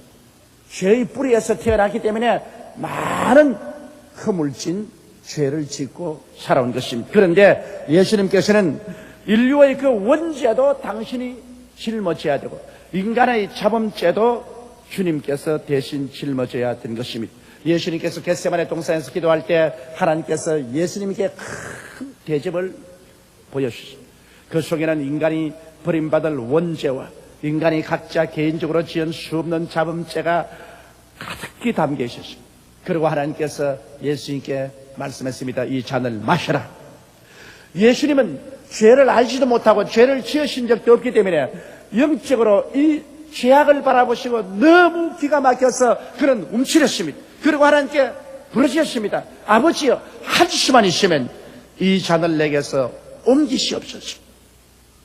그러나 하나님 아버지께서는 고개를 설레설레 했습니다. 이 잔을 네가 마시지 아니하면 모든 인류가 다 마시고 영원히 죽어야 한다. 네가 대신 마시면 네가 대신 고난받고 인류는 이 죄악에서 벗어나서 구원을 받을 수 있다. 그러므로 네가 마시고 인류를 구원하든지 네가 이 잔을 거부하고 네가 살고 모든 인류를 죽이든지 둘 중에 하나를 하라. 예수님은 그러나 너무나 그 잔이 무섭고 징그러웠습니다. 그래서 주님께서는 한 번 그렇게 기도하고 두 번 또 엎드려서 주여 할 수만 있거든 이 잔을 내게서 옮기시옵소서 기도하고 세 번째 내가 마시지 아니하고 인류가 구원받을 수가 없으면 아버지 뜻대로 하시옵소서 하고 예수님께서는 그 잔을 마셨습니다. 그 원죄와 자범죄가 가득한 잔을 마시자 말자 그때로부터 시작해서 주님과 하나님은 사이가 끊어졌습니다. 왜냐하면 죄악의 담이 하나님과 예수님 사이를 분리시킨 것입니다. 그때부터 영적인 극한의 고통이 시작된 것입니다. 하나님과 예수님은 창세 이후로 갈라진 적이 없습니다. 그러나 이제 죄악의 잔을 마시고 난 다음에 하나님과 예수님과 사이가 갈라졌으니 그가 당한 영적인 절망 상황과 고독이란 말로 다 할 수가 없은 것입니다. 그러므로 그의 마음의 영적인 괴로움이 형언할 수가 없었습니다. 벌써 그때부터 그는 영적인 지옥을 체험한 것입니다. 그러므로 우리 주 예수 그리스도의 당하신 그 영적인 깊은 고통은 우리가 지금 아무리 말을 해도 이해할 수가 없습니다. 그 고통의 높이와 깊이가 얼마였다는 것을 상상을 초월한 것입니다. 이러므로 겟세마네 동산에서 죄악의 잔을 마신 후 체포당하신 때부터 십자가에서 운명하실 때까지 그는 하나님께 버림을 당했습니다. 그 상황을 시편 22편 1절로 2절은 벌써 미리 보시고 이렇게 예언하고 있습니다. 내 하나님이여 내 하나님이여 어찌 나를 버리셨나이까 어찌 나를 멀리하며 돕지 아니하옵시며 내 신음하는 소리를 듣지 아니하시나이까 내 하나님이여 내가 낮에도 부르짖고 밤에도 잠잠치 아니하오나 응답지 아니하시오나이다. 하나님의 얼굴을 돌려버렸습니다. 부르짖고 몸부림쳐도 하나님은 응답지 아니하십니다. 죄악이 예수 그리스도를 완전히 영적으로 풀어 잡아버리고 말았습니다. 지옥이 그 앞에 열렸습니다. 모든 악마들이 그를 향하여 몸부림치고 아우성치며 그를 짓밟았습니다. 예수님은 영적인 지극한 극한의 고통을 당하신 것입니다. 예수님께서 당하신 고통은 여러분 이 죄악의 잔을 마심으로 그의 생에 쓰게 되는 것입니다. 제가 이번 아프리카 선교 때 잠시 오전 중에 시간을 내어서 우리 교회가 개척을 한 마사이족 가운데 있는 교회를 방문했습니다. 마사이족은 아프리카 유목민족인데 그곳에 가서 이제 우리 교회에서 보낸 헌금을 통해서 지은 그 교회에 가보았는데 그 마사이족들이 사는 것은 너무나 기가 막힙니다. 그들은 보통 집에 살고 있는 게 아니라 소똥집에 살고 있습니다. 그들은 소를 길러서 살고 있는데 소똥을 취해가지고서 집을 짓습니다. 지붕부터 벽부터 방바닥까지 모두 다 소똥입니다. 사람이 사는 것이 소똥벌레같이 삽니다. 마당도 소똥이 가득 찹니다. 그 마사이족 우리 교회의 집사님 댁에 제가 전상 가서 신방을 가야 되는데 그 속에는 뭐 집사든 장로든 한 남자가 여자를 서희에서 6씩 거느리고 있습니다. 그런데 일부 닫혀져 있기 때문에 그 현실적으로 복음을 전도해서 현실을 구원하기 전에는 어찌할 도리가 없습니다. 그런데 그 집사님도 부인이 3사람이라 그런데 그 소똥집에 겨우 기어서 들어갑니다. 완전히 소똥집인데 막 소똥 냄새가 확 코를 찌르고 파리가 한두 마리 있는 게 아니라 새까맣습니다. 그냥. 그러니까 막 파리가 막 어린아이 눈에도 꽉 들어차고 입에도 꽉 붙고 막 소똥과 파리와 함께 삽니다. 그 속에 들어가서 기도를 간절히 해주고 나니까 그 손님이 왔다고 나가 대접을 하겠다고 나오는데 소똥이 잔뜩 묻은 손을 가지고서 소피를 주연자에 부어가지고서 소피에다가 젖을 그 소똥손으로 짠 젖을 섞어서 휘휘쳐가지고서 부글부글 끓여가지고서 내게 한 잔을 부어주는데 자 이걸 안 마시면 사랑이 없겠고 마시자니 산천 초목이 진동을 합니다. 같이 간 우리 장로님과 집사님들이 전부 내 얼굴만 쳐다봅니다. 그런데 그날 마사이족 집사님 댁에 모처럼 초청을 받아갔는데 그 소똥집에서라도 내가 목사님 마셔야죠. 그래서 내가 장로님들하고 같이 간 집사님들하고 참 맛있다고 다 마시자고 그러면서 제가 먼저 들어서 꿀꺽꿀꺽 마셨습니다. 한약 마시는 셈 치고 마시는데 아주 지혜로운 우리 장로님들은 옆에서 마시는 체하고 다 부어버렸습니다. 근데 나만 다 마셨지. 나는 또 집사님이 다 보고 있으니까 보는 앞에서 안 마실 수가 있나. 마시고 고맙다고 그러고. 그러고 나와가지고서 그때부터 배가 터는데 뭐 차를 타고 있는데 얼굴이 샛노랗게 되도록 배가 털고 얼마나 애를 먹은지 모릅니다. 설교할 때도 몸에 진땀이 바싹바싹 날도록 위장이 트는 겁니다. 그래도 하나님의 사업을 위해서는 별 도리 없이 그 소피에 우유를 섞어서 소똥으로 휘저어 놓은 그걸 마실 수밖에 없어요. 이 마사이족은 완전히 소와 함께 삽니다. 그러므로 소똥도 자기 것이고 소 고기도 뼈다귀도 가죽도 다 자기 것입니다. 하나도 버리지 않습니다. 그런데 완전히 살면 똥 속에 삽니다. 나는 소똥해도 그런 소똥 속에 사는 사람 처음 봤어요. 그래서 제가 그곳에 가서 하나님께 감사했습니다. 하나님, 정말로 우리는 얼마나 감사해야 될지 말로 다 할 수 없습니다. 마사이족에 태어나서 소똥 속에 살다가 소똥 속에 파묻히지 않게 된 것이 얼마나 감사한지 모르겠어요. 우리가 입이 12개가 있어도 불평할 수가 없습니다. 제가 그렇게 하나님께 기도한 적이 있습니다. 여러분, 이 세상에 마사이족이 마시는 그 잔도 마시기가 그렇게 역겹고 고통스러운데 예수님이 인간의 모든 죄악을 다 담은 그 잔을 마시고 영적으로 버림을 받는 것은 말로 다 할 수 없는 고통인 것을 우리가 기억할 수 있는 것입니다. 둘째로 예수님께서 당하신 고통은 심적인 고통도 극심했습니다. 왜냐하면 예수님이 가장 믿고 사랑했던 제자 가룟 유다에게 배신당한 것입니다. 여러분, 사람이 원수에게 배신당하는 거야 그야 있을 수 있죠. 그러나 자기가 정말 사랑하고 돌봐준 제자가 배신을 할 때 그때의 고통은 말로 다 할 수 없습니다. 예수님은 12제자 중에 가룟 유다를 제일 사랑했습니다. 제일 총명하고 똑똑한 사람이었습니다. 그래서 예수님은 돈꾀를 가룟 유다에게 맡겼습니다. 사람이 돈꾀를 맡길 때는 어지간히 믿지 않으면 안 합니다. 그런데 가룟 유다에게 돈꾀를 맡겼어요. 그처럼 예수님이 총망을 하고 사랑을 하고 신뢰를 한 가룟 유다가 예수 그리스도를 팔아먹었습니다. 그것도 은전 30냥에 그리스도를 팔았습니다. 이러므로 가룟 유다에게 배신을 당하고 나니 그 마음속에 다가온 고통은 말로 다 할 수가 없습니다. 배신 당해보지 않은 사람은 배신 당함으로 말미암아 다가오는 마음의 고통을 증언할 수 없습니다. 저도 짧은 세월이지만은 많은 제자를 양성했고 많은 제자를 내보냈지만은 가끔 제 아들에게 배신당한 경험이 있는데 한 번은 심히 배신당하고 난 다음 아침에 일어나니까 심장이 설려갔다. 숨이 탁 막히고 심장이 가슴 속에서 설려갔다. 이젠 죽는구나. 하나님 아버지 나를 살려주시옵소서. 제가 그렇게 기도한 적이 있습니다. 인간적으로 조그마한 배신을 당해도 그런 심장이 막히는 고통이 있거든. 하물며 예수님이야 전심정력으로 사랑하고 돌봐준 가룟 유다가 예수 그리스도를 배신할 때 그 당한 정신적인 고통은 말로 다 할 수가 없습니다. 그뿐 아니라 예수님께서 겟세마네 동산에서 체포당하실 때 절대로 주님과 함께 감옥에도 가고 죽는데도 함께 가 있던 제자들이 하나도 낭금이 없이 그러만 날 살리라 다 달아나 버렸습니다.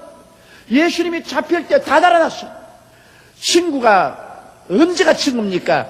고통당하고 괴로울 때 남아있어 주는 것이 친구지 좋을 때 친구야 누가 못 됩니까? 예수님이 극한의 고통당할 때 제자들이 다 버리고 달아났습니다.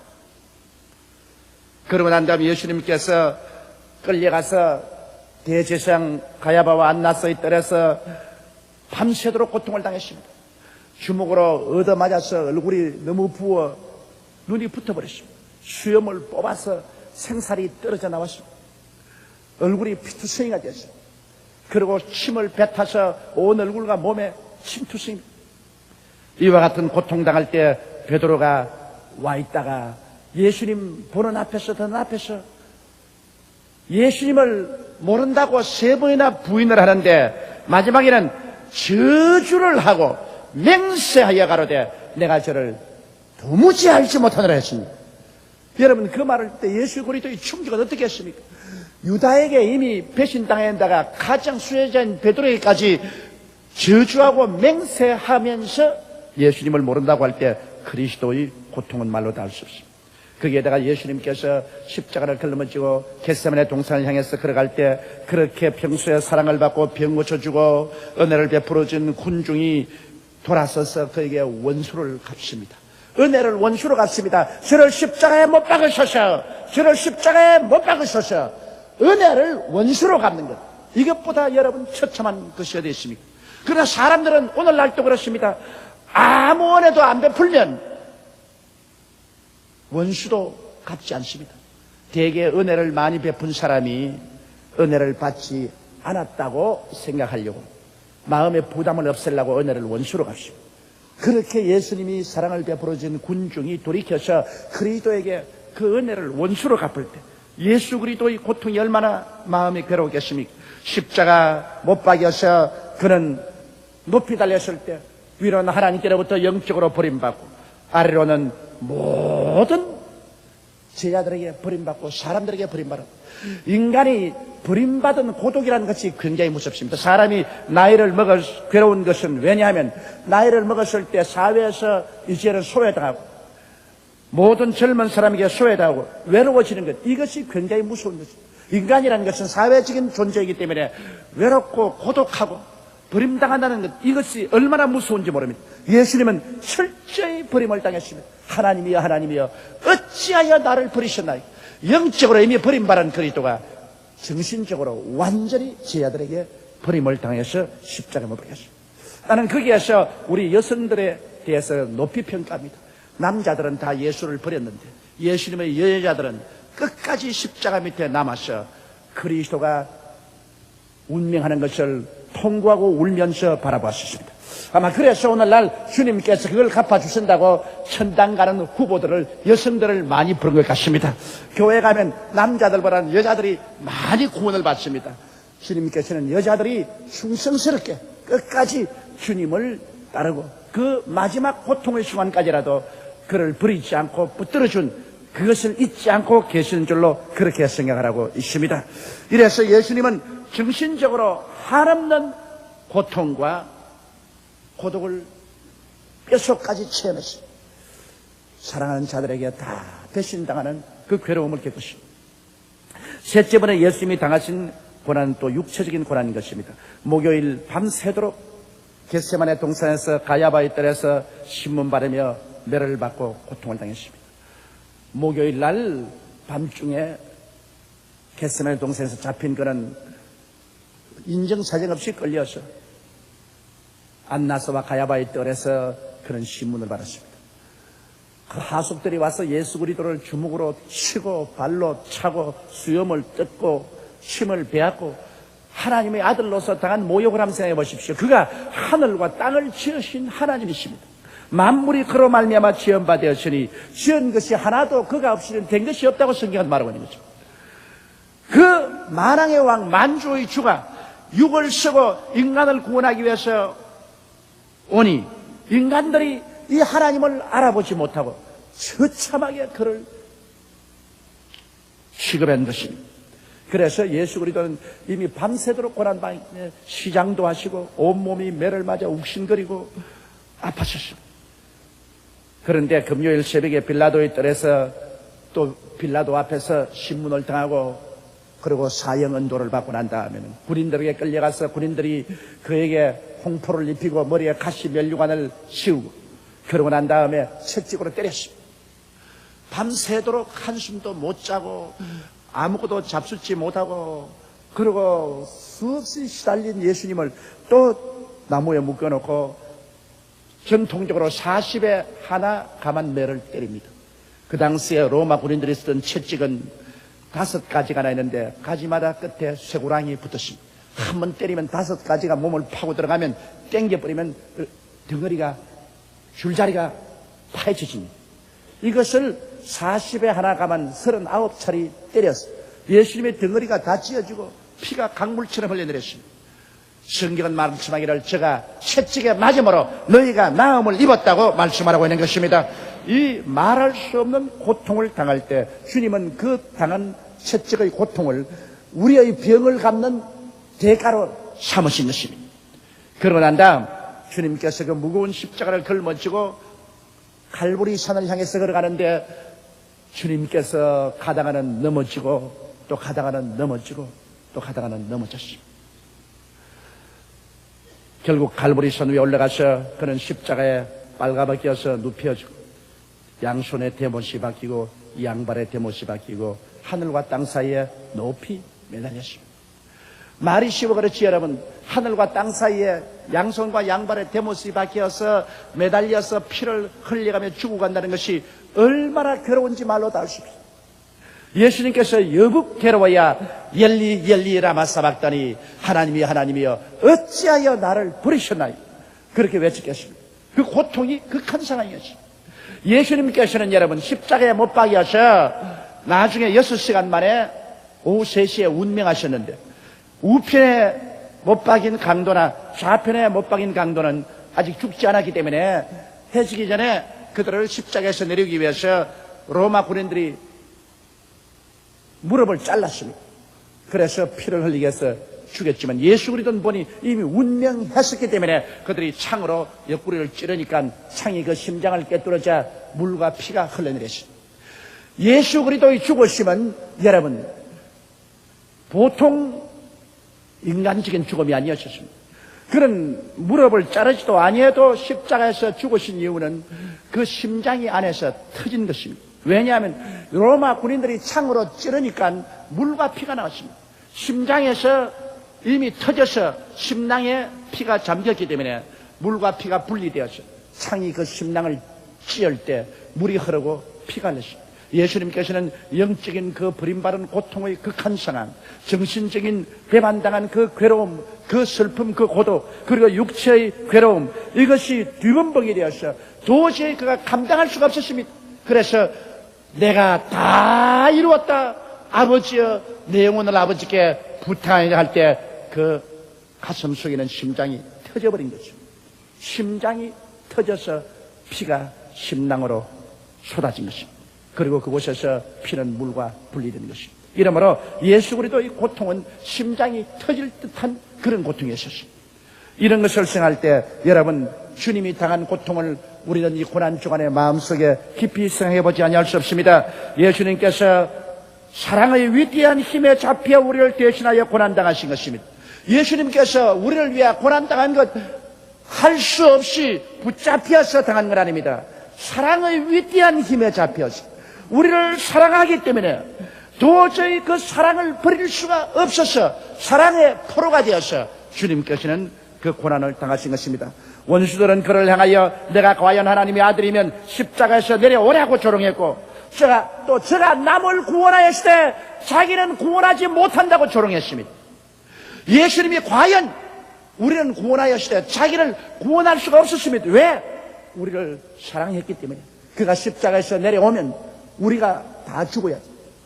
우리를 너무 사랑하기 때문에 차라리 자기 혼자 그 극한의 고통을 당함으로 그 대가로서 우리를 구원하겠다고 그는 깊이 결심했기 때문인 것입니다. 그러므로 예수 그리스도의 그 구원이란 그리스도의 깊은 사랑을 이해하지 않고는 깨달을 수가 없는 것입니다.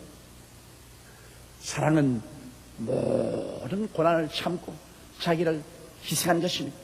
하나님이 세상을 이처럼 사랑하사 독생자를 주셨으니 누구든지 저를 믿으면 멸망하지 않고 영생을 얻으라는 이 말이 단순한 말이 아닙니다. 그 사랑은 무시무시한 대가를 지불한 것입니다. 그 대가를 지불하지 않고는 여러분 사랑을 할 수가 없습니다. 그렇기 때문에 예수님이 이 땅에 오시기 전 600여 년 전에 벌써 성령께서는 이사야를 통하여 그리스도의 고난이 막연한 고난이 아니라 우리를 사랑하기 때문에 우리를 위한 대속의 고난인 것을 명명백백하게 말씀하셨습니다. 저가 찔림은 우리 허물을 인함이요 저가 상함은 우리 죄악을 인함이라. 저가 징계를 받음으로 우리가 평화를 누리고 저가 채찍에 맞음으로 우리가 나음을 입었도다.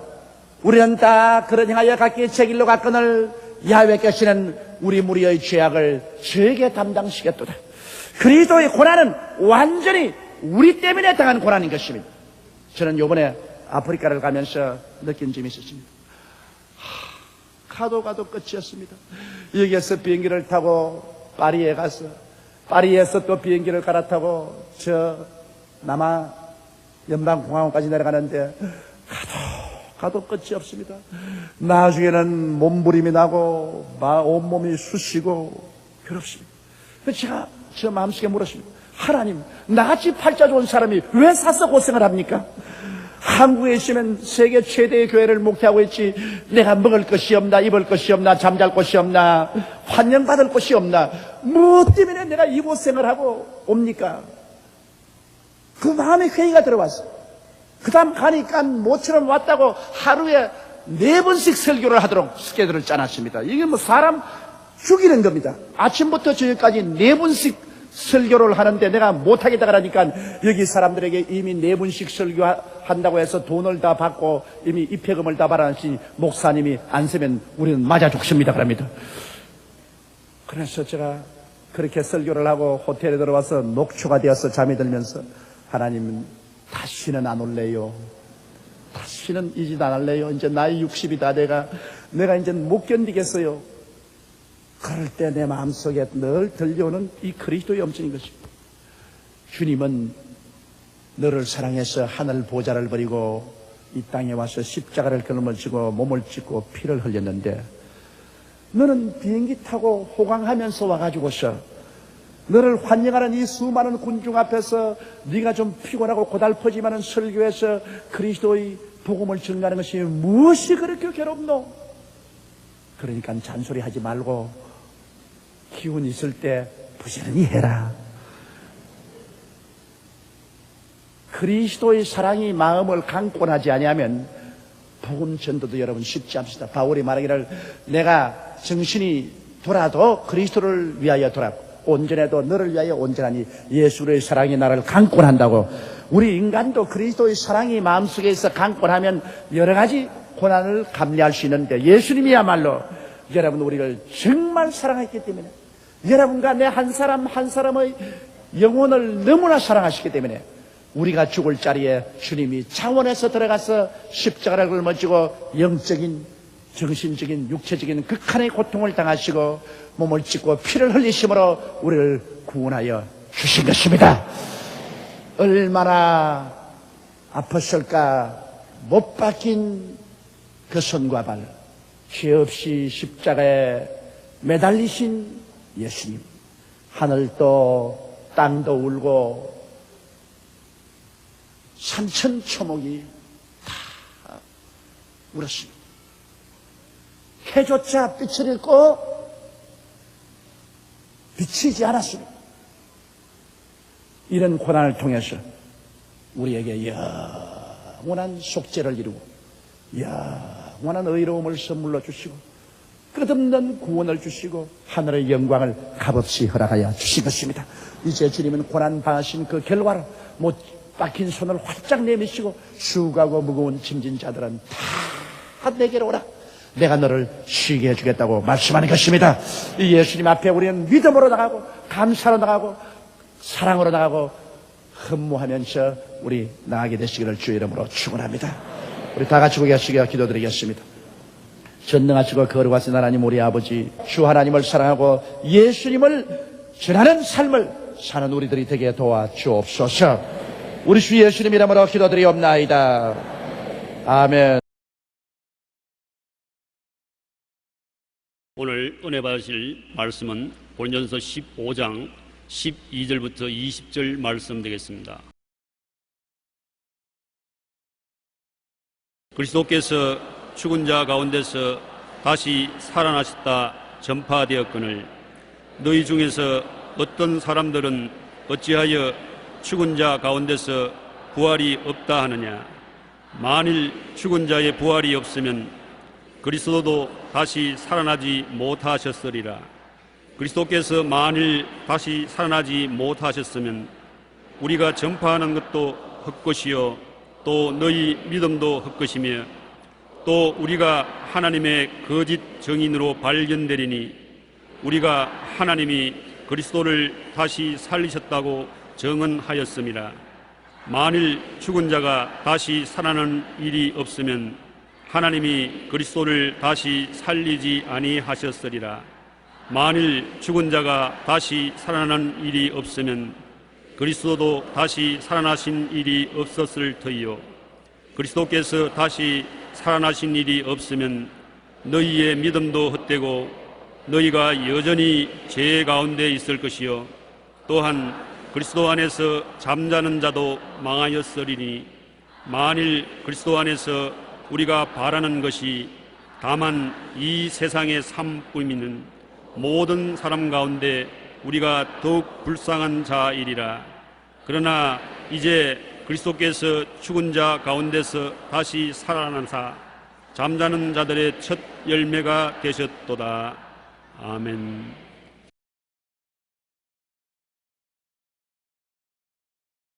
저는 여러분과 함께 고난을 온전케 하는 부활이라는 제목으로 말씀을 나누고자 합니다. 어머니가 어린아기를 잉태하여 10개월 고생하다가 아기를 낳고 보니 아기가 죽었습니다. 그러면 어린아기를 잉태해서 10개월 동안 어린아기를 안고 다니는 그 어머니의 고생은 헛되고 마는 것입니다.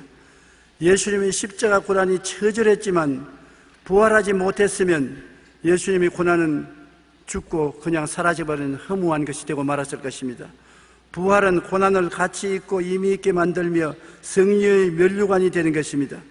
영국의 무신론자였던 리들스톤은 하나님을 부정하는 데 두 가지 장애가 있어 마음의 고통을 당했었습니다. 하나는 예수님이 부활했다는 것을 부정하려고 아무리 연구를 해도 연구를 하면 할수록 예수님이 부활한 것이 더 뚜렷하게 되고, 사도 바울 선생이 회개한 것을 부인하려고 해도 아무리 애를 써도 부인하려고 하면 할수록 사도 바울이 회개했다는 사실이 더 뚜렷하게 증명되었기 때문인 것입니다. 그들은 말하기를 우리는 예수 그리스도를 부인하기 위해 연구를 했지만 오히려 예수님이 부활하셨다는 사실을 확인했습니다. 더욱이 우리가 죄인임을 깨닫게 되었습니다. 우리 역시 예수님을 구주로 영접할 수밖에 없었다고 말하는 것입니다. 램지 교수는 부활에 대해 이렇게 말했습니다. 신약시대의 그리스도인에게 예수님의 부활이 없었다면 기독교의 복음은 결론이 없는 복음일 뿐 아니라 전혀 복음이 될 수 없었다고 말했던 것입니다. 예수님의 부활은 기독교의 중심이며 부활하신 예수님은 지금도 우리 가운데 우리와 함께 계신 것입니다. 우리 가운데 예수님은 함께 부활의 능력으로 임하여 계신 것입니다. 예수님은 인간을 구원하시기 위해 영원하신 하나님이 유한한 인간으로 오셨습니다.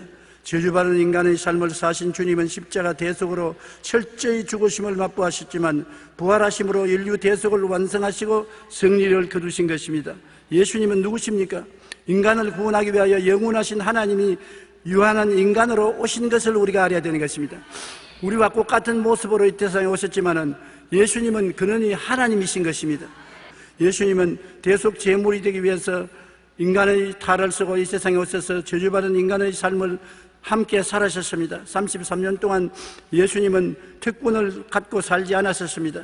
완전한 하나님이 사람이 되어 오셔서 사람의 몸 안에서 태어났기 때문에 영아기, 유아기, 청소년기를 거쳤고 범사의 인간과 같이 기갈, 피곤, 수면, 사랑, 긍휼, 슬픔, 시험, 죽음을 겪으셨습니다.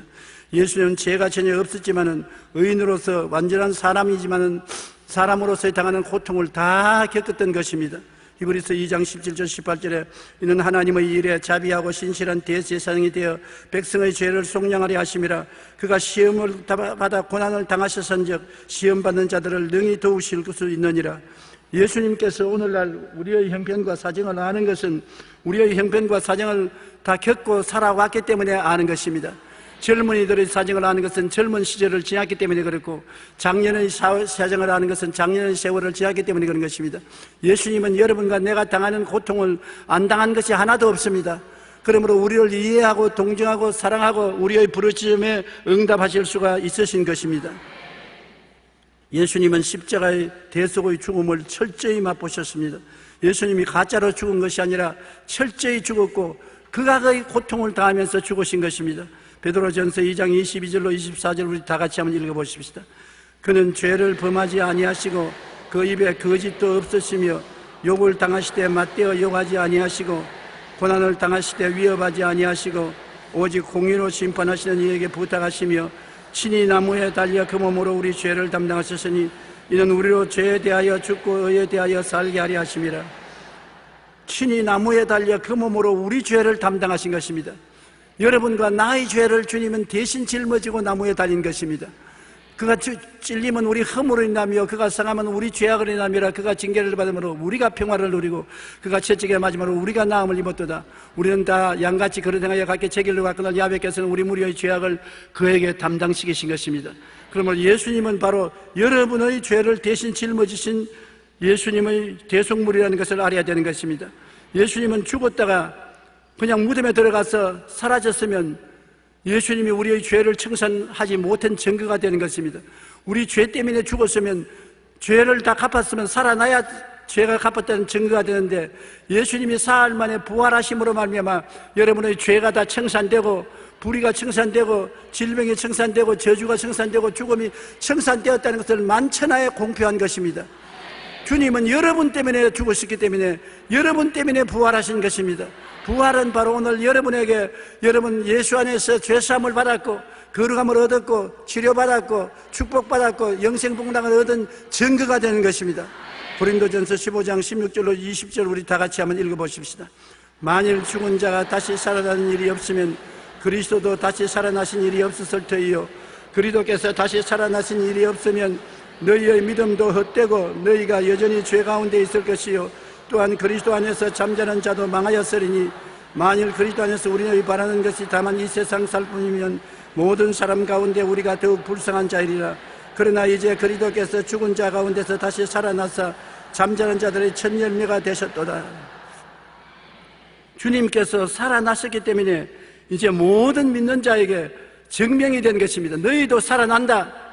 너 위해서 내가 죽었고 너 위해서 부활하셨으므로 이제 내 안에서 너희들은 다 살아난다는 보증이 되어 주신 것입니다. 저는 국민일보에 연재되어 있는 계자시에서 이런 이야기를 읽어보았었습니다. 한 마을에 꽃을 파는 할머니가 계셨습니다. 외롭게 혼자 삽니다. 자식도 없이 살며 얼굴에 주름이 깊이 파헤쳐 고난의 흔적이 뚜렷합니다. 그럼에도 불구하고 항상 웃고 친절하고 즐거워하면서 삽니다. 사람들이 이상하게서 물었습니다. 할머니는 어떻게 그렇게 늘 즐거워합니까? 고통이 없습니까? 그러니까 나도 사람인데 왜 고통이 없어요? 신랑도 없고 자식도 없고 혼자 사는 내가 왜 고통이 없겠습니까? 그러나 내가 늘 기뻐하고 즐거워할 수 있는 것은 예수님을 믿기 때문입니다. 왜냐하면 예수님은 죽은 지 사흘 만에 부활하셨기 때문에 나는 항상 내게 고통이 다가오면 예수님도 사흘 만에 부활하셨으니 난 사흘만 참자. 고통을 사흘만 참자. 그래서 하루 참고 이틀 참고 사흘만 참으면 반드시 고통은 지나가고 기쁨이 온다는 것입니다. 그러므로 그 할머니는 나는 항상 사흘만 참고 기쁨이 올 것을 기대하고 사흘 만에 기쁨이 오므로 즐거워하고 산다고 그렇게 말했습니다. 그 말이 참말인 것입니다. 여러분, 우리가 고통스러울 때 고통을 참고 견디면 반드시 부활이 온다는 것을 알아야 될 것은 부활하신 예수님이 우리의 주님이시기 때문인 것입니다. 주님이 죽음으로 여러분의 사망을 철폐하시고 살아남으로 여러분의 부활의 생명의 근원이 되셨으므로 참고 견디면 그리스도께서 여러분 속에 부활하여 일어나시는 것입니다. 부활은 죽음을 이기고 살아난 것입니다. 그러므로 우리는 주님의 부활하심을 믿고 의지할 때 꿈과 소망을 안고 기쁨으로 살아갈 수 있는 것은 우리가 반드시 그리스도 안에서 부활하시기 때문인 것입니다. 우리는 이 세상에 살면서 사망의 골짜기를 안 통한 사람 아무도 없습니다.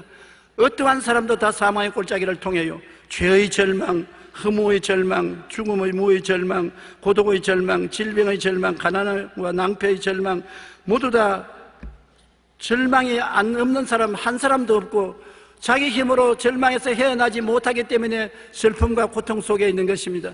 주 없이 살 수 없는 것이 바로 여기에 있는 것입니다. 주님은 절망을 이기고 일어난 부활의 하나님이기 때문에 내 절망에 그리스도가 들어오면 빛을 비춰서 밝혀주시는 것입니다. 내 동굴에 주님이 들어와야 터널로 변화시켜 주는 것처럼 내 소망이 예수님께로부터 나기 때문에 예수님이 오면 절망이 사라지는 것입니다. 아무리 어두움이 내 마음을 짓누르고 있어도 빛 대신 예수님이 들어오시면 우리가 마음속에 빛이 가득해지고 절망은 사라지는 것입니다. 여러분, 어두움이 적으면 빛도 적고 어두움이 짙으면 빛도 더 강한 것입니다.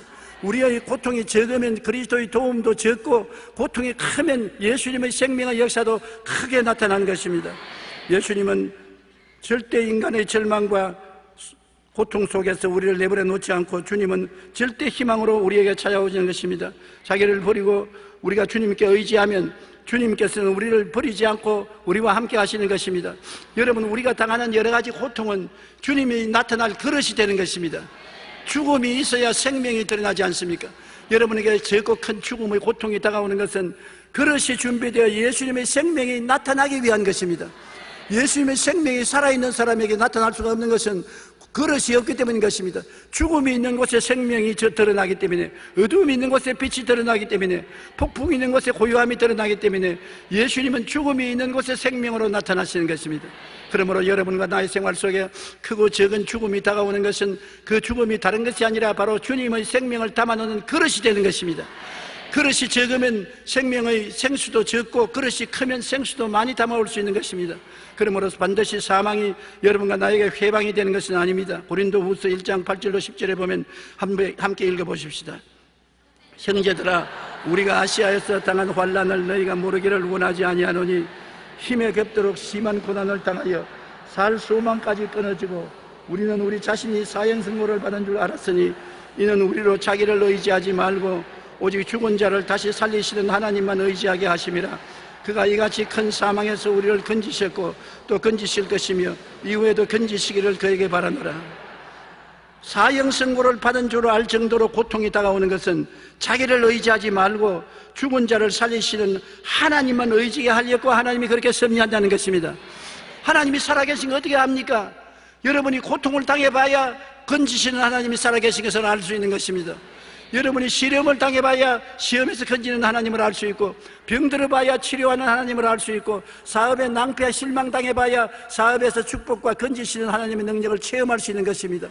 어두운 후에 빛이 오고 바람 분 후에 조용하고 추운 후에 따뜻함이 오는 것 같이 반드시 환난과 고난과 시험이 여러분을 해치는 것이 아니라, 예수를 바라보면 예수님은 그 부활하신 능력으로 승리로서 다가오게 되는 것입니다. 예수는 우리의 용서가 되시고 거룩함이 되시고 치료가 되시고 축복이 되시고 영생복락이 되시는 부활하신 승리자 예수님인 것입니다. 예수님은 우리를 위해서 철저히 죽었으나 또한 철저히 부활하심으로 우리의 생활 속에 그리스도는 나타나서 절대 절망에 절대 희망이 되어주시는 것입니다. 우리가 살아있는 생명의 증인이 되기 위해서는 우리가 예수님을 체험해야 돼요. 용서받은 체험을 해야 예수 믿고 용서받는다고 말을 할 수 있으며, 성령받은 체험을 해야 성령받으라고 말할 수 있으며, 병 낫는 체험을 해야 병든 자에게 예수 믿고 고침받는다고 말할 수 있으며, 축복을 받는 체험을 해야 가난하고 헐벗고 상피한 사람에게 주님이 축복해 준다고 증언할 수 있지 않습니까?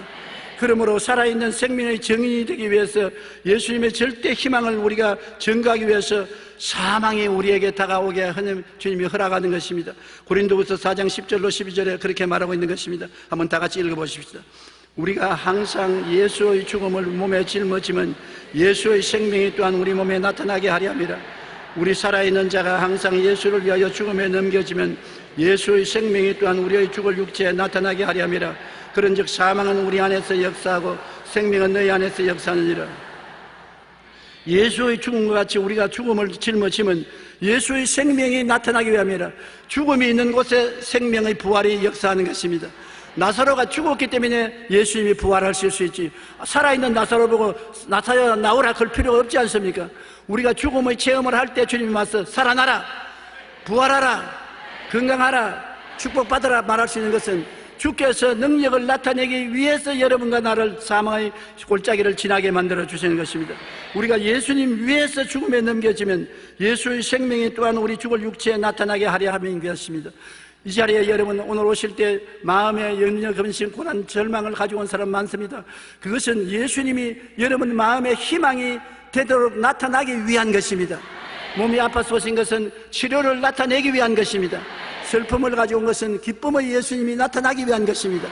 그렇기 때문에 반드시 어두움이 우리에게 실패가 되고 절망이 되는 것은 아닙니다. 어두움 가운데 빛이 되는 것이 바로 예수님이신 것입니다. 예수님의 절대 희망이 우리의 사망을 철폐하신 것입니다. 그렇기 때문에 우리는 우리 생활에 늘 알아야 될 것은 예수 죽음 내 죽음, 예수 부활 내 부활이라는 것입니다. 예수 그리스도 안에서 우리가 함께 죽었으니 예수 부활은 바로 내 부활인 것입니다. 우리가 예수 믿고 죽음이 다가오면 반드시 예수의 부활이 내 부활로 다가오는 것입니다. 에베소 2장 5절로 8절에 우리 다 같이 읽어보십시다. 허물로 죽은 우리를 그리스도와 함께 살리셨고 너희는 은혜로 구원을 받은 것이라.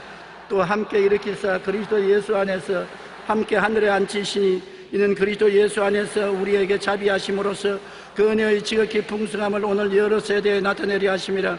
너희는 그 은혜에 의하여 믿음으로 말미암아 구원을 받았으니 이것은 너희에게서 난 것이 아니요 하나님의 선물이라. 허물로 죽은 우리를 그리스도와 함께 살리셨습니다. 예수 죽음 내 죽음, 그리스도가 우리 내 허물을 짊어지고 함께 죽어서 예수 부활 내 부활, 그리스도와 함께 부활하신 것입니다. 함께 부활해서 주님은 이미 우리를 일으키사 그리스도 예수 안에서 함께 하늘에 앉아 있습니다. 법적으로 보면 여러분 여의도 순복음교회에 앉아 계신 것이 아니라 하늘나라의 예수 안에서 보좌에 이미 앉아 있는 것입니다. 그러므로 육신의 장막 무너지면 직행으로 천당으로 올라가는 것입니다.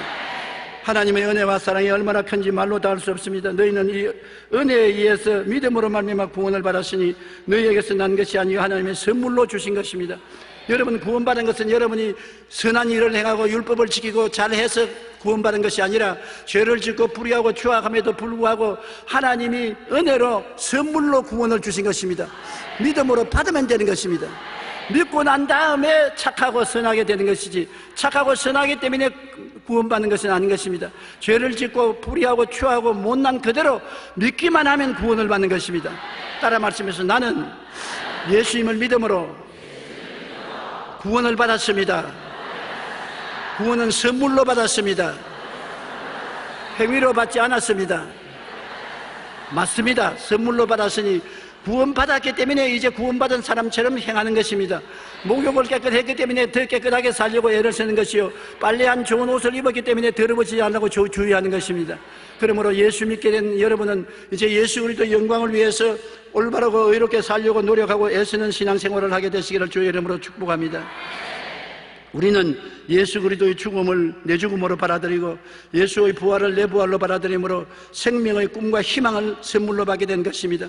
이제 우리는 옛사람이 아니라 그리스도 안에서 새로운 피조물이 된 것입니다. 고린도후서 5장 11절에 그런즉 누구든지 그리스도 안에 있으면 새로운 피조물이라. 이전 것은 지나갔으니 보라 새 것이 되었도다. 이전에 죄의 포로가 된 것은 지나가 버렸었습니다. 불의의 포로가 된 것도 지나가 버렸었습니다. 병의 노예가 된 것도 지나가 버렸었습니다. 저주의 노예가 된 것도 지나가 버렸었습니다.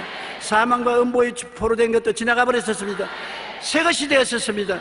영혼이 잘됨같이 범사의 잘됨이야 강건하고 생명을 얻되 넘치게 얻는 새 사람이 된 것을 생각하고 꿈꾸고 믿고 말하게 되시기를 주의 이름으로 축원합니다.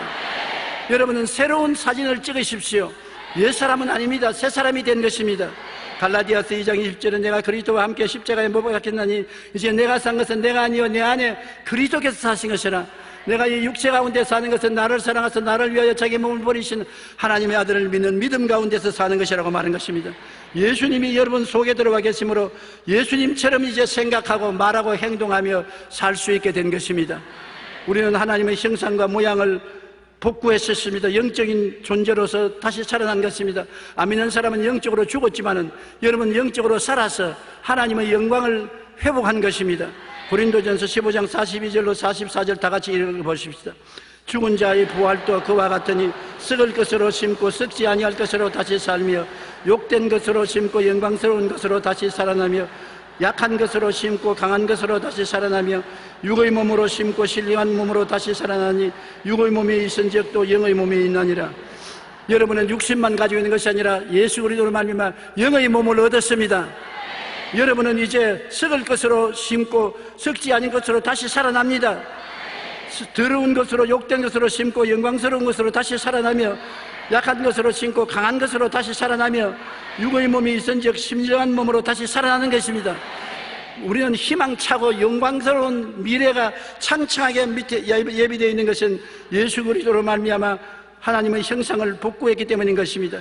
그리고 옛날에 하나님이 우리에게 주신 권능을 다시 복구시켜 주신 것입니다. 창세기 1장 28절에 하나님이 그들에게 복을 주시며 하나님이 그들에게 이르시되 생육하고 번성하여 땅에 충만하라. 땅을 정복하라. 바다의 물고기와 하늘의 새와 땅에 움직이는 모든 생물을 다스리라 하시니라.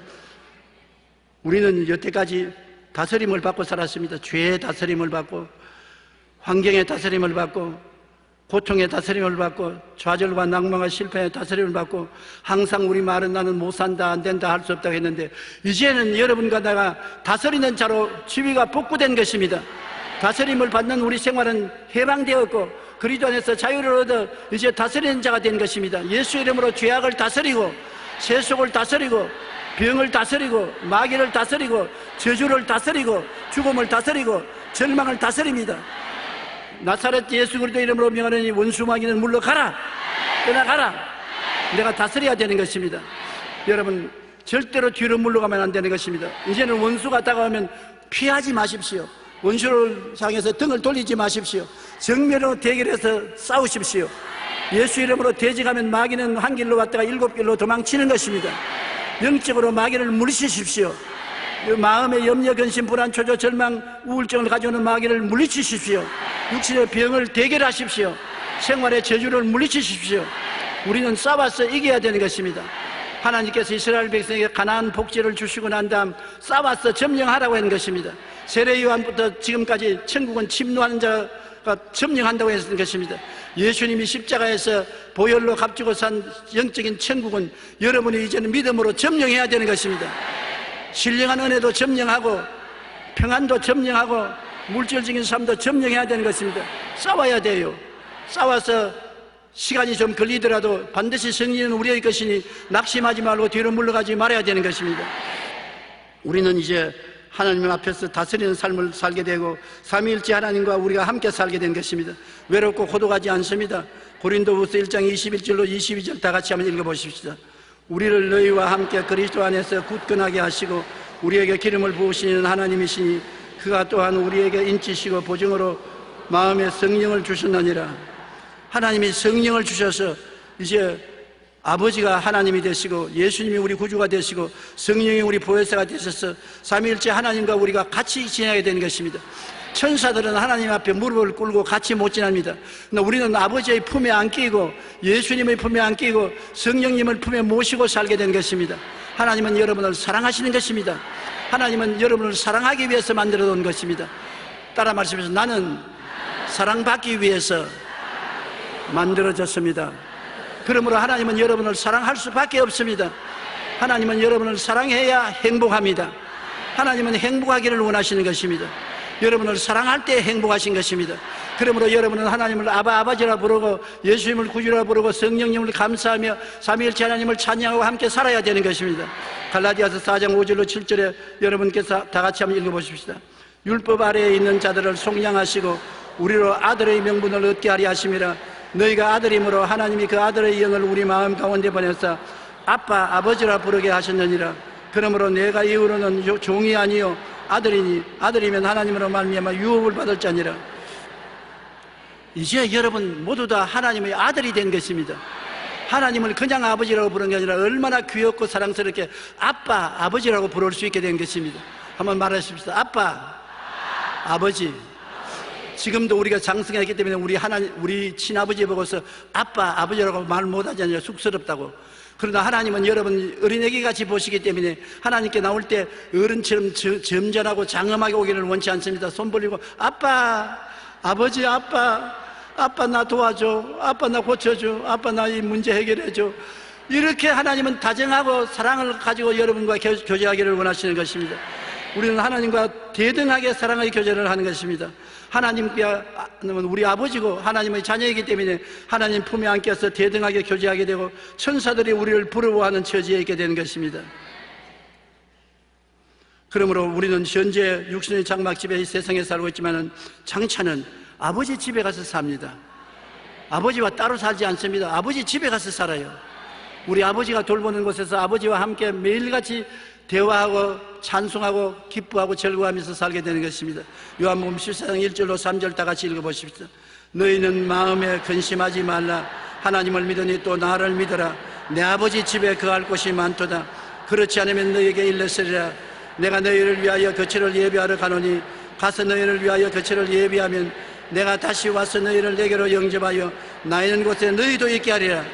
내 아버지 집에 예수님 계신 곳에 여러분도 같이 있는 것입니다. 천사도 같이 있지 못하는 자리에 여러분 우리가 있게 되는 것입니다. 지금 벌써 우리는 영적으로 아버지의 품에 안겨 있으며 예수님이 우리 구주로 우리가 모시고 있으며 성령이 우리 속에 와 계셔서 삼위일체 하나님과 함께 있으며 아빠 아버지라고 부르고 하나님을 예배드리고 감사하고 찬송하며 사는데, 육신의 장막씩 벗어버리고 천사에 받들려서 우리 아버지 집에 들어갔을 때는 기가 막힌 곳에 들어가는 것입니다. 우리가 상상을 초월하고 이 세상에서 꿈꾸지 못하는 영광스러운 삶이 우리에게 기다리고 있는 것입니다. 그러므로 우리는 예수 안에서 이 땅에도 즐겁고 장차 더 즐거워지고 이 땅에도 소망차고 장차도 더 소망찬 것은 예수님이 우리 위해서 철저히 대신 죽어주시고 철저히 부활하시기 때문인 것입니다. 여러분, 그러므로 오늘날로 여러분에게 고난이 좀 다가온다고 낙심하지 말 것은, 고난은 예수님의 생명을 담아서 사람들에게 보여주기 위한 증거물이 되게 하는 것입니다.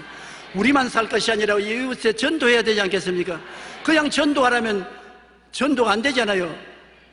옛날 이야기처럼 별들이 다 해를 보고 우리는 밤에 반짝반짝 빛난다. 해가 밤이 뭐냐? 캄캄한데 우리가 반짝반짝 빛난다니까.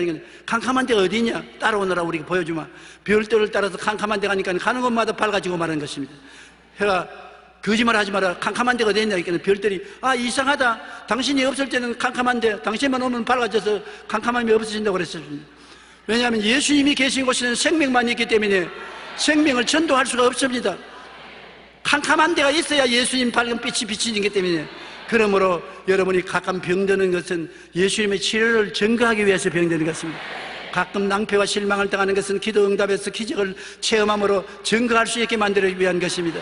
우리가 예수 그리스도의 죽음을 같이 동참하는 것은 예수의 생명을 담기 위해서 그런 것입니다. 그렇기 때문에 반드시 불평하지 마십시오. 하나님이 여러분 신앙 정도를 봐서 주님에게 큰 아들 노릇, 큰 자식 노릇 하겠다고 생각하면 다른 많은 사람을 주께로 인도하기 위해서 여러분 그릇을 준비하는데, 그릇이 바로 사망의 그릇인 것입니다. 생명을 담아놓기 위해서는 사망이 있어야 생명이 증거되거든요. 그러므로 마음의 사망의 고통, 육신의 사망의 고통, 생활의 사망의 고통이 다가올 때 여러분은 하하, 주님이 생명의 생명수를 담아서 증거하기 위해서 오시는구나, 그렇게 알고 감사해야 될 것입니다. 고난이 지나가고 나면은 그것이 얼마나 큰 증거가 되고 믿음이 된다는 것을 알 수가 있는 것입니다. 고난이 그 당시에는 괴로우나 그것을 통과하고 난 뒤에는 그 고난이 갖다 준 깨달음과 변화에 놀라게 되는 것입니다. 고난이 아니었더라면 타락한 인간 교만과 탐욕과 욕심과 세속의 삶에서 놓여날 수가 없을 것입니다. 그러므로 우리는 좋을 때는 좋아서 좋고 좋지 않은 것은 좋게 될 것이니 좋습니다. 그러나 예수를 잘 믿는 사람은 좋지 않은 것이 오히려 더 큰 도움이 되는 것은, 좋지 않은 것은 주님이 좋게 만드는 것을 보여주는 그릇이 되기 때문인 것입니다. 주님이 여러분을 그릇으로 삼아서 좋지 않은 것을 체험하게 함으로 말미암아 좋은 하나님이 계신 것을 사람들에게 증거하기 위한 것입니다. 내가 체험한 것을 강하고 담대하게 증거할 수 있지 체험 못한 것을 강하고 담대하게 증거할 수 없는 것입니다. 주님은 여러분을 그릇을 삼기를 원하시는 것입니다. 그러나 여러분이 너무 약하기 때문에 낙심할까 싶어서 그릇을 아무나 사용하지 못하고 사용할 만한 사람을 선택해서 고난의 그릇을 준비해서 축복의 생수를 부어 담아서 사람들에게 대접하게 만드는 것입니다.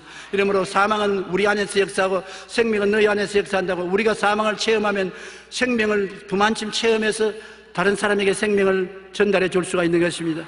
그러므로 좋으면 좋아서 좋고 안 좋으면 좋게 될 것이니 좋고, 하나님의 은총을 받았으면 은총을 받았으니 좋고, 시련이 다가오면 은총을 다가올 것을 기대하면서 좋고, 예수 믿는 생활은 다 좋습니다. 하나님을 사랑하는 자 곧 그 뜻대로 부르시고 이번 자들에게는 모든 것이 합동하여 선을 이루느니라. 좋고 나쁜 것이 합동하여 선을 이루게 되고 영혼이 잘되고 범사에 잘되고 강건한 것이 결과적으로 우리의 전 선물이 되는 것입니다.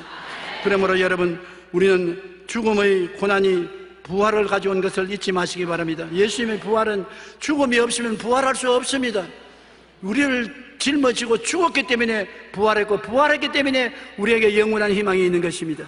우리에게도 죽음이 다가오면 곧장 예수님 통해서 부활이 다가오게 되고 다른 사람에게 희망을 전달해 줄 수가 있는 것입니다. 하나님 아들 예수께서 여러분에게 넘치도록 임하여서 그리스도의 생명으로 취하고 넘치고 그리스도의 생명을 무수 사람에게 나누어 주는 여러분 되시기를 주의 이름으로 축원합니다.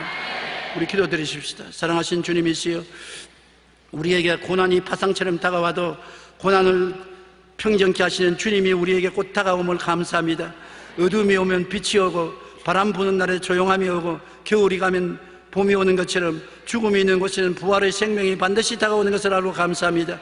예수님은 날 위해서 죽었고 날 위해서 부활했기 때문에 예수 안에 어떤 죽음이 다가와도 부활이 와서 우리를 승리하게 만들어주고 마는 것입니다. 이 세상에 우리를 넘어뜨릴 사망의 세력은 없습니다. 사방으로 우겨싸임을 당하여도 쌓이지 않습니다. 답답한 일을 당해도 낙심하지 않습니다.